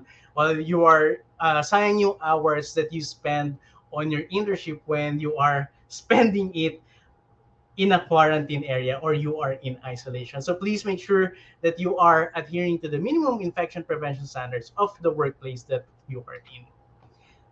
Last do's is reflect on your learnings. So whatever experience that you had on the day, whether it may be something that is good or something that is bad, parang challenging yung araw ko yata, ay nahirapan ako dun sa trabaho na binigay sa akin. Ay parang hindi ko na-gets yung task na napunta sa akin. So please reflect on your learnings. Kasi you can, by doing reflection, then you can do better the next day and you can make the most out of the experience that you had. Okay? And don't sit idly. The cliche exists for a reason. Interns should always have the most glamorous work. So sometimes you don't get to have the parang ano ba yan, yung binigay naman sa aking task, parang eto lang, parang ang simple naman. Ayan, actually that's the second. So I'll combine the two. Assume any task is trivial. Don't assume that any task is trivial. Kasi parang ano ba yan? Parang pinagtimpla lang ako ng kape. Parang hindi ko naman yata part ito ng competencies ang aking internship. But you know what? There is a lesson with that as well. If you are given a task that you think that is not for you, then maybe you are being taught humility, or maybe you are being challenged by your preceptor, or maybe they are just testing on what are the other things that you can do. But you know what, always think of the positive things because there might be a reason why a task is being given to you. Okay, and don't make a bad impression on your supervisor or preceptor. Okay, always make sure that the things that you are doing will make good impression on you. Why? Because at the end of the day, there is a possibility that the institution where you are performing your internship could be the institution where you will be working. That's just one of the possibility. And also, your internship is actually graded. May feedback kasi yon. So make sure that you do the best that you can be. Put your best foot forward so that you can have a good impression on your supervisor and your preceptor. Do not try to hide a mistake because alam mo yon, one way or another you will be able to find that out. So if ever that you made a mistake, please let your preceptor or your supervisor know so that whatever the errors that we've made, then we can amend it and so that we can troubleshoot if there is a need to do such. Okay, and last is, please do not forget to thank your supervisors. Okay, whatever learning, whatever experience, whatever opportunities you had during your that you encountered during your internship is something that it could be useful for you. So please do not forget to give thanks to your preceptor and your supervisors. Again, adhere to our protocols that you have for your um, uh, infection prevention and standards in your workplace. So, in summary, COVID 19 has significantly altered the lives of students worldwide. Its negative impact has reached every corner of their academic and professional experiences, including internships. Internships are important for securing full-time job offers, validating a student's chosen field, developing professional skills, and finding mentors. And there are a lot of new strategies to go back and live the new normal.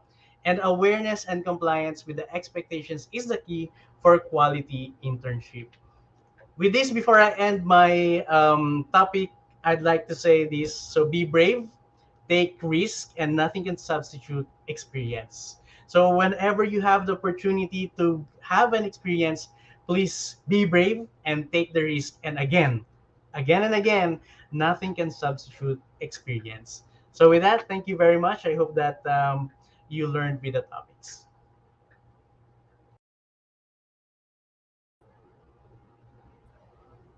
All right. Thank you so much, Sir Julius. So to our audience, the floor is now open for questions. So if you have any questions regarding the topic, so please feel free to post your questions in the comment section. So Sir Julius po ay last speaker na natin for today's session. So baka naman, yan, kung nahihiya pa rin kayo, guys, wag, sayang naman yung opportunity, okay? So well, my questions na po, ayan, ayan na naka-up. So, first question, sir, is what can I do if I had experienced harassment or bullied during my internship or OJT? Ayan, that's actually a very good question, no? Kasi I think it does not only happen in internship. It may actually happen in the whenever you are already employed to one organization. But I guess my first thing to do is it really bullying? Is it really harassment? You need to determine the two. Is it because baka napagalitan ka lang, baka napagsabihan ka because you did something, or is it because that um, someone is trying to teach you a lesson? So you need to determine that. bullying is something that is taken personally, and bullying is you are being targeted most of the time, and you are being targeted repeatedly, paulit-ulit, and it is being done by a particular group of person, oh sorry, a particular person or a group of person that is, parang pag ikaw ay nakita naka-target sa'yo, yung barel, ayan, and that is actually bullying.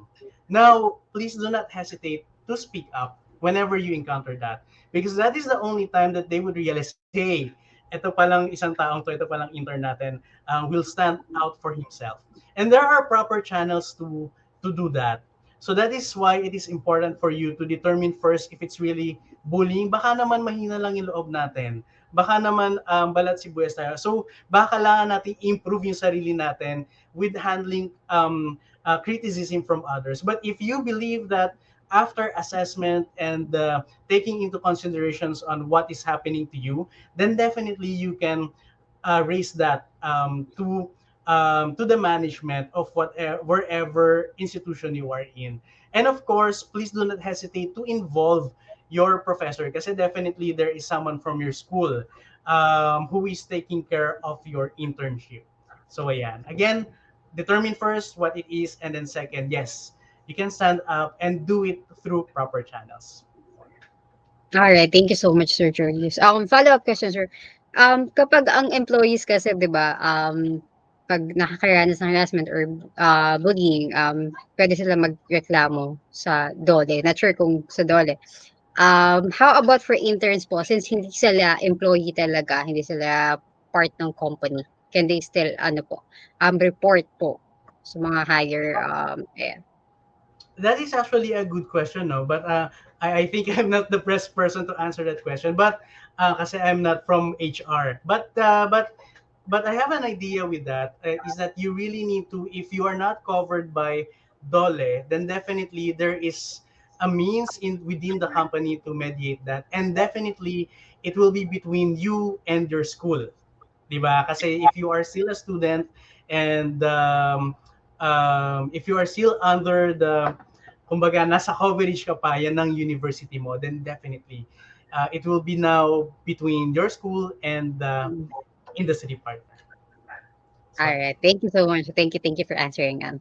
So, another question po is, pwede ba akong mag-complain if pagtimpla lang ng kape ang pinapagawa sa akin? well, I guess kung yan lang talaga pinagawa sa, yes, definitely, kasi of course when you are doing internship, may ano yan, may plan, may program yan. What are the things, may objectives kasi yon. So kumbaga, if you are starting your internship, then these are the activities that you are set to do. So yes, pwede ka naman sabihin, but you know what, pwede mo complain, pwede mo nang pabiro na, sir, baka naman, let's always say it tactfully. Okay? Mhm. Palagi tayo maging tactful kapag magsasabi tayo, kasi you don't want to be misinterpreted. Okay? We are students, we are not yet employed, baka kasi ma-misinterpret tayo na makakarinig sa atin. Again, be tactful. So tactful is the opposite of being tactless. Whenever that you would like to say something, do it tactfully. Sir, nakailang tipla na akong kape. Baka pwede ko naman gawin yung iba pang task. Ayan. Or B, that's actually, even if parang ang trivial nung tanong, no, parang nakakatawa, pero that's actually parang pwede na ning a good question, kasi it opens up other things. For example, kung palagi yung binibigay sa'yo, so as a intern, kailangan maging proactive ka for your own learning din naman. Sir, nakailang timpla na po ako ng kape. Maybe we can actually discuss this one. Maybe you can teach me paano po gagawin yung ganito. Ay, nakita ko po to, bago po sa akin to. Can you tell me how I can do this? Yeah, so those are the opportunities also para makakuha ka ng bagong learnings sa inyong OJT. All right. Thank you, sir. Pero sir, if ganito yung case, ganun lang talaga yung trabaho niya sa company na napasukan niya. Can this ano po, intern actually terminate po ba or quit the internship po and maghanap na iba? Though may MOA na or may MOU na may contract po sa between the school and the company. we hope that does not happen, no? Kasi sometimes if kung makita sa resume na nag-intern ka tapos bilang ano nangyari? Dapat 6 months or let's say 3 months yung internship ko, bakit tumagal ka lang ng 1 linggo? So that's actually a red flag. So before you quit or before you leave anywhere, kung nasaan man tayo, then you need to do the proper escalations. If ever that if kung ganun talaga ang mangyari, then you can be transferred to a different locations. So ayan. Mhm. And ayan, so ayan, tama. So and another question, sir, is same, related din siya. So is it okay to decline task from my supervisor? Bakit kaya tayo magde-decline ng task? Yun yung palagi kong tanong. Actually from ano din, from my ano din, mga staff nurses for example. It is important for us to determine bakit tayo, ano yung dahilan, bakit natin de-decline yung task. Because most of the time, if you are given a task by a supervisor, it's for your own learning. Second, kaya ka binigyan ng task because we need to achieve something. Diba? And third, kaya ka binigyan ng task kasi actually yun lang yung dalawa. Yung majority na yon. So, kung nabigyan ka ng task, take that task. Whether it may be you think for yourself it's difficult, if you think that it's not yet you are not yet ripe for the task, then ask someone to teach you how you can do the task. Kasi at the end of the day, that is a task that you can learn from that opportunity kasi. Remember, dear students, that whenever you are performing your OJT and your internship, get the most out of the experience. Remember that we lost the opportunity for 2 years. And this is our chance to do that. And whenever you are good with your internship, then you can actually be good as well in the actual life. In the actual, we're in this life, actual employment. So if it, kasi ano to kumbaga, yung internship natin, ito yung practice. Ito yung practice mode. Kung paano ka nag-perform during your internship, then that could be as well a glimpse or a foreshadowing of your performance kapag ka nasa real life employment ka na. So grab the opportunity. If a task is being given to you, then go ahead. If you need to decline, but you think muna, bakit ko ba i-decline to? And then probably you can not decline but negotiate to your supervisor. Kasi ang hirap pala, no? So negotiate with your supervisor. Or if you think that you are not ready to take the task given to you, ask your supervisor, what are the help that I will be needing? Sir, baka po tulungan niyo muna po ako kung paano po gawin ito para magawa ko tong task ko na mas maayos. So there you go. Ay, yung supervisor, sir, yung nagpapatimpla ng kape. Kaya, decline na yun. Siguro nga, no? Sige, ayun na. Kaya gusto ko na ng intern. Baka may iba ka pang task, sir, bukod sa pagtimpla ng kape. Ayan. Just as an example. Thank you for answering, sir. So, and last question pa is it okay to be friendly to my supervisors? Yes, it's okay to be friendly to your supervisor. Kung ako yung supervisor, ayaw ko naman ng staff na masungit. Diba? And being friendly to your supervisor means that you have harmonious relationship with each other. And at the end of the day, you will be having a great experience of your employment kapag ka you're in good terms of your supervisor. However, ayan, may however tayo, you need to determine yung fine line. Paano ba yung pagiging friendly? Hanggang saan yung pagiging friendly natin? At hanggang saan yung pagiging professional natin? Because sometimes we interchange each other, yung pagiging friendly at pagiging professional. So for example, with my supervisor, we sabay kaming nagla-lunch, kanya nakapagkwentuhan kami with the things. But when in terms of you need to finish this task, you need to submit this, do that, do this, we still need to do it. Na ano pa rin natin. So wag masyado, you can, yes, to answer the question, it's okay for you to be friendly to your supervisor, but again, you need to draw the boundary between being a friend and also being a professional. Baka naman kapag ka hindi mo na nasunod yung pinapagawa sa iyo ng supervisor mo, magtampo ka kasi napagalitan ka or napagsabihan ka. Di ba? Hindi ka magtatampo dahil friends kayo. Di ba? Hindi sana ganon. So, ayan. Mhm. What happens, sir, kapag more than friends na? Kasi may kilala ako Ah, na nagkaroon ng romantic relationship with the that's supervisor. Hindi, not sure if supervisor, pero could be staff din ng company. yeah. So, what happens po kapag gano'n na nangyayari? That's a very good question then, Joyce. And it happens in real life. Nangyayari talaga ito. But you know what? I'm not sure if this applies to all companies. We discourage that because bawal yung relationship between the superior and the inferior, because there will be conflict of interest. And then second, if you are in the same group, if you're in the same department, then there is a relationship, romantic relationship between the two. That is a difficult scenario, not only for you but also to your supervisor. So mahirap 'yun. Ay, paano kung magjowa tayo tapos ako yung boss, o paano kita utusan? Kung ikaw yung jowa ko, edi mag-tantrums ka dyan, o di wala na. Ang hirap. So, it's a no-no, actually.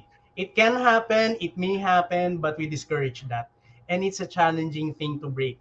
Paano kung for example, kung ako yung supervisor, Joyce, and I have two members of my team na magjowa, nag-away. Nag-away sila. So, ano mangyayari? Hindi papasok. Dalawang absent dahil nagkaroon ng away, kasi may kanya-kanya silang eksena, may kanya-kanya silang emote. So it's difficult, di ba?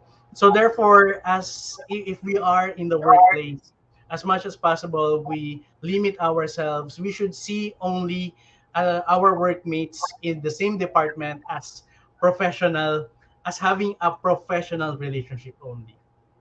Ayan. So that's Alright. Thank you, sir.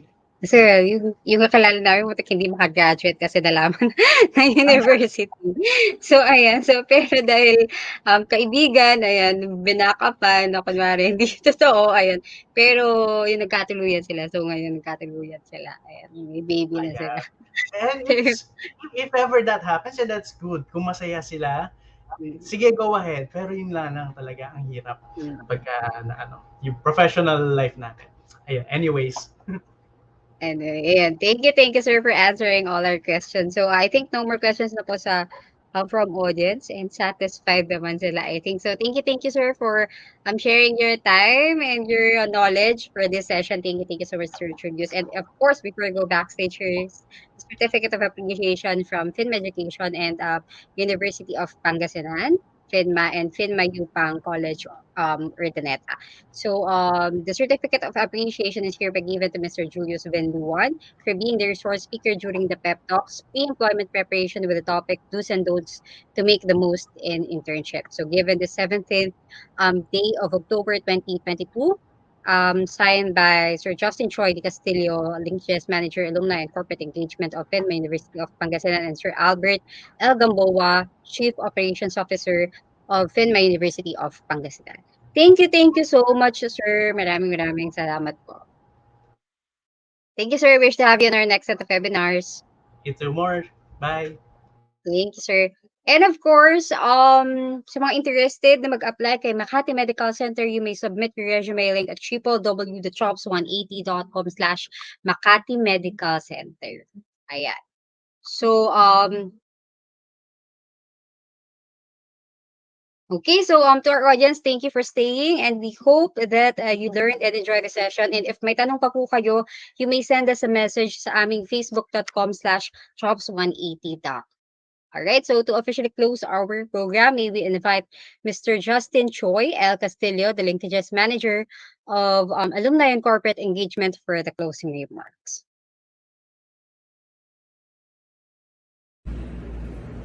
To begin with, I'd like to thank each and everyone for joining us in these pep talks.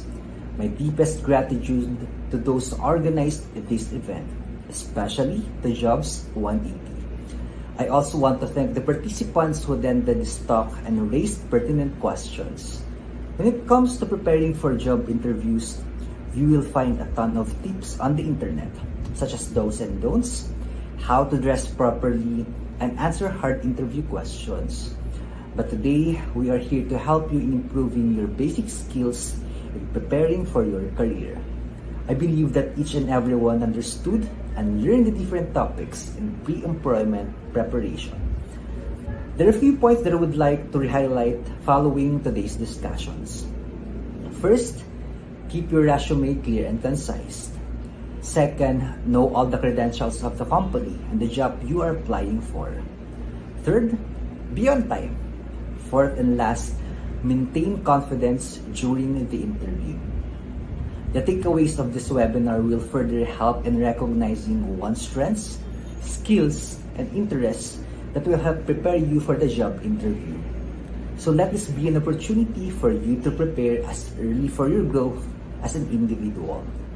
The moment you start believing in yourself, everything else will be in your hands. Continue to remind yourself that you have to work hard to get where you are in order to succeed.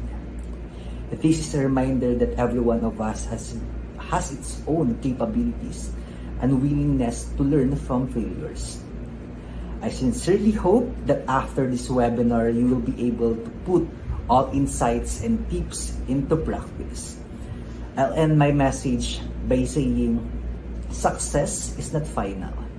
Failure is not fatal. It is the courage to continue that counts. Again, my sincere gratitude to those who joined us today. Have a great day, everyone. Thank you so much, Sir Justin Castelio, so the Linkage Manager of Alumni and Corporate Engagement, for the closing remarks. Thank you, sir, for collaborating with Jobs 180. Thank you for trusting us to power your events again and again. So thank you, sir. Of course, to Sir Arvin, thank you, sir. And there you have it, guys. We are done with the talk proper and successfully tackled all the topics assigned for today's session. And of course, aside from your attendance po, there is an evaluation link. There is an eval form that you need to answer po. So it is flashed on your screen. It's also available at the comment section. So you have two links for today's session po. First, the attendance, and then this one, the evaluation. So this will serve also as your attendance for today's session. So, and of course, we would like to thank each one of you guys for staying all throughout the event. And we hope that the webinar helps you be prepared in the world of work. And of course, we would like to thank again Phinma University of Pangasinan for collaborating with jobs180.com. And of course, we would like to thank our sponsors. And for more career opportunities, you may visit our page for www.jobs180.com. And also, we are building our Facebook community. You may join and join and support the group here. The link is also flashed on your screen po. So it's www.facebook.com/groups/jobs180 job seekers. So kung meron po tayong community for school partners, meron din po tayong community for job seekers. Ayan. So kung nag-friend request kayo doon, doon sa kabila, dito na po kayo for job seekers. So dito nagpo-post kami ng mga tips and advice. Ayan, para sa mga job seekers. Yeah. Okay, so please watch out for the next set of webinars we are going to host for. Please check our Facebook page for the topics that will be discussed, and you are welcome, guys, to join in on those sessions too. So kung na-miss nyo po at gusto nyong balikan ang webinar natin today, recordings po, ayan, ay available sa aming Facebook page and sa YouTube page ni Jobs 180. So the program is finally concluded. This is your host, Joyce Katakutan. We will see you soon and have a great afternoon. Ingat, everyone! Thank you!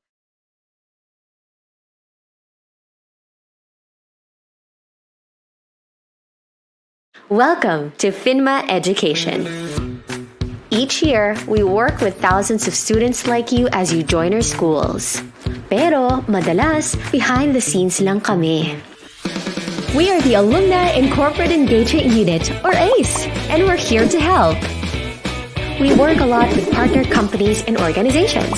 Siyempre, di ba, gusto namin na makahanap kayo ng magandang trabaho. With the help of your teachers, we want you to be ready for the world of work. At nagsisimula ito habang first year kayo. Pag-isipan at pag-usapan na natin. From freshman year, through the SSP modules, we want you to go through a process of self-discovery. Kapag mas kilala natin ang ating sarili, mas pwede nating mahasa ang ating galing at talino. At pwede ring pagsikapan ang mga bagay kung saan di tayo gaanong magaling. Through the webinars and career talks, we'll help you to present yourself as a potential hire to an employer. At syempre pa, i-coach ka namin.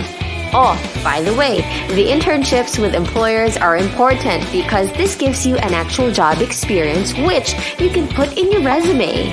It gives you a foot in the door of the employer, so make it count. Galingan nyo ha! Magkakaroon din tayo ng mock interviews. Siyempre, gusto natin mag-practice kayo para maging maganda ang kalabasan ng interviews at matanggap kayo. Before and even after your graduation, we'll match you with employers to help you land that first job. At kapag nakapasok na kayo ng trabaho, balitaan nyo naman kami ha. Kaya huwag kayong mahihiya. Go ahead and meet the ACE team in your school.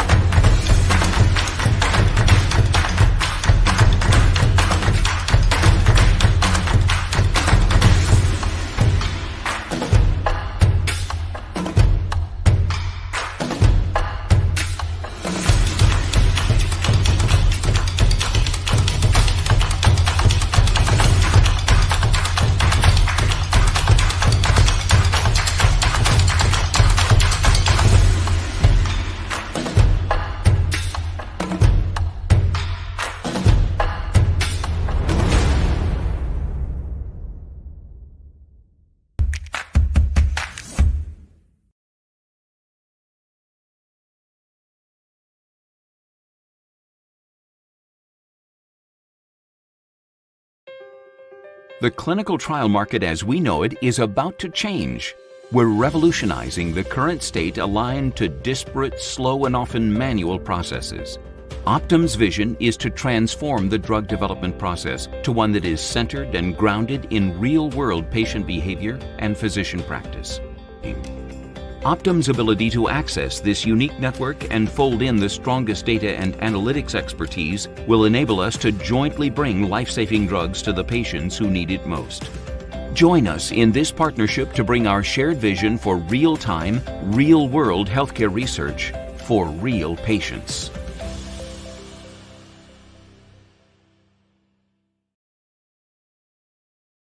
I felt that my work before didn't give me the continuous learning and career growth I was looking for.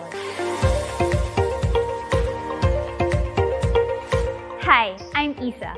I am the Clinical Training and Quality Lead for Care Innovation Operations. I am also a nurse by profession, licensed in the state of New York. Hi, I'm Rosro. I was a Philippine registered nurse when I joined Accenture. I signed up for the USRN Build program where I was able to get my US nursing license. I now handle a group of USRNs for a US health insurance client. Hi, I'm Rosh. I'm a service delivery lead in health and a global process owner for provider operations, leading a team across Manila, Ilocos, and Chennai. I felt that my work before didn't give me the continuous learning and career growth I was looking for. So, I joined Accenture as a US registered nurse. Now, I am a clinical training and quality manager. As a nurse, we review patients' medical records to make sure that services are medically necessary. Our team caters to North America's leading healthcare payers, providers like doctors and nurses, and non-traditional health organizations. We help our clients meet the essential expectations that every person has of the healthcare system: access, experience, and outcomes. We have a strong learning and development capability for our talents. The opportunity to learn and develop new skills is not limited to your specific function or role. I've learned different skills in leadership, business acumen, technology like robotic process automations, and artificial intelligence, which gave me the advantage in managing the various clinical teams for delivery and quality. The USRN Build program is an Accenture initiative wherein the company provides opportunities for Philippine-registered nurses to become US-registered nurses. Accenture shoulders all of the expenses starting from the review center, processing of all of your documents on your behalf, and all the way down to taking the USRN licensure exam. All you have to do is just focus on the review and pass the test. As a first-time mom of a 1-year-old boy, Accenture gave me the opportunity to work with flexibility, which allows me to spend more time with my son, while at the same time feel more connected with my team all over the world. Future Ready is being able to get ahead of the curve. For the last 17 years, I have seen the healthcare industry continue to evolve and adapt to change. The pandemic has accelerated the shift to digital, opening the untapped potential in deploying AI and robotic process automation, all with a goal to be future ready. With Accenture as their partner, our insights and value-driven culture will help our clients deliver their promise of care to their customers.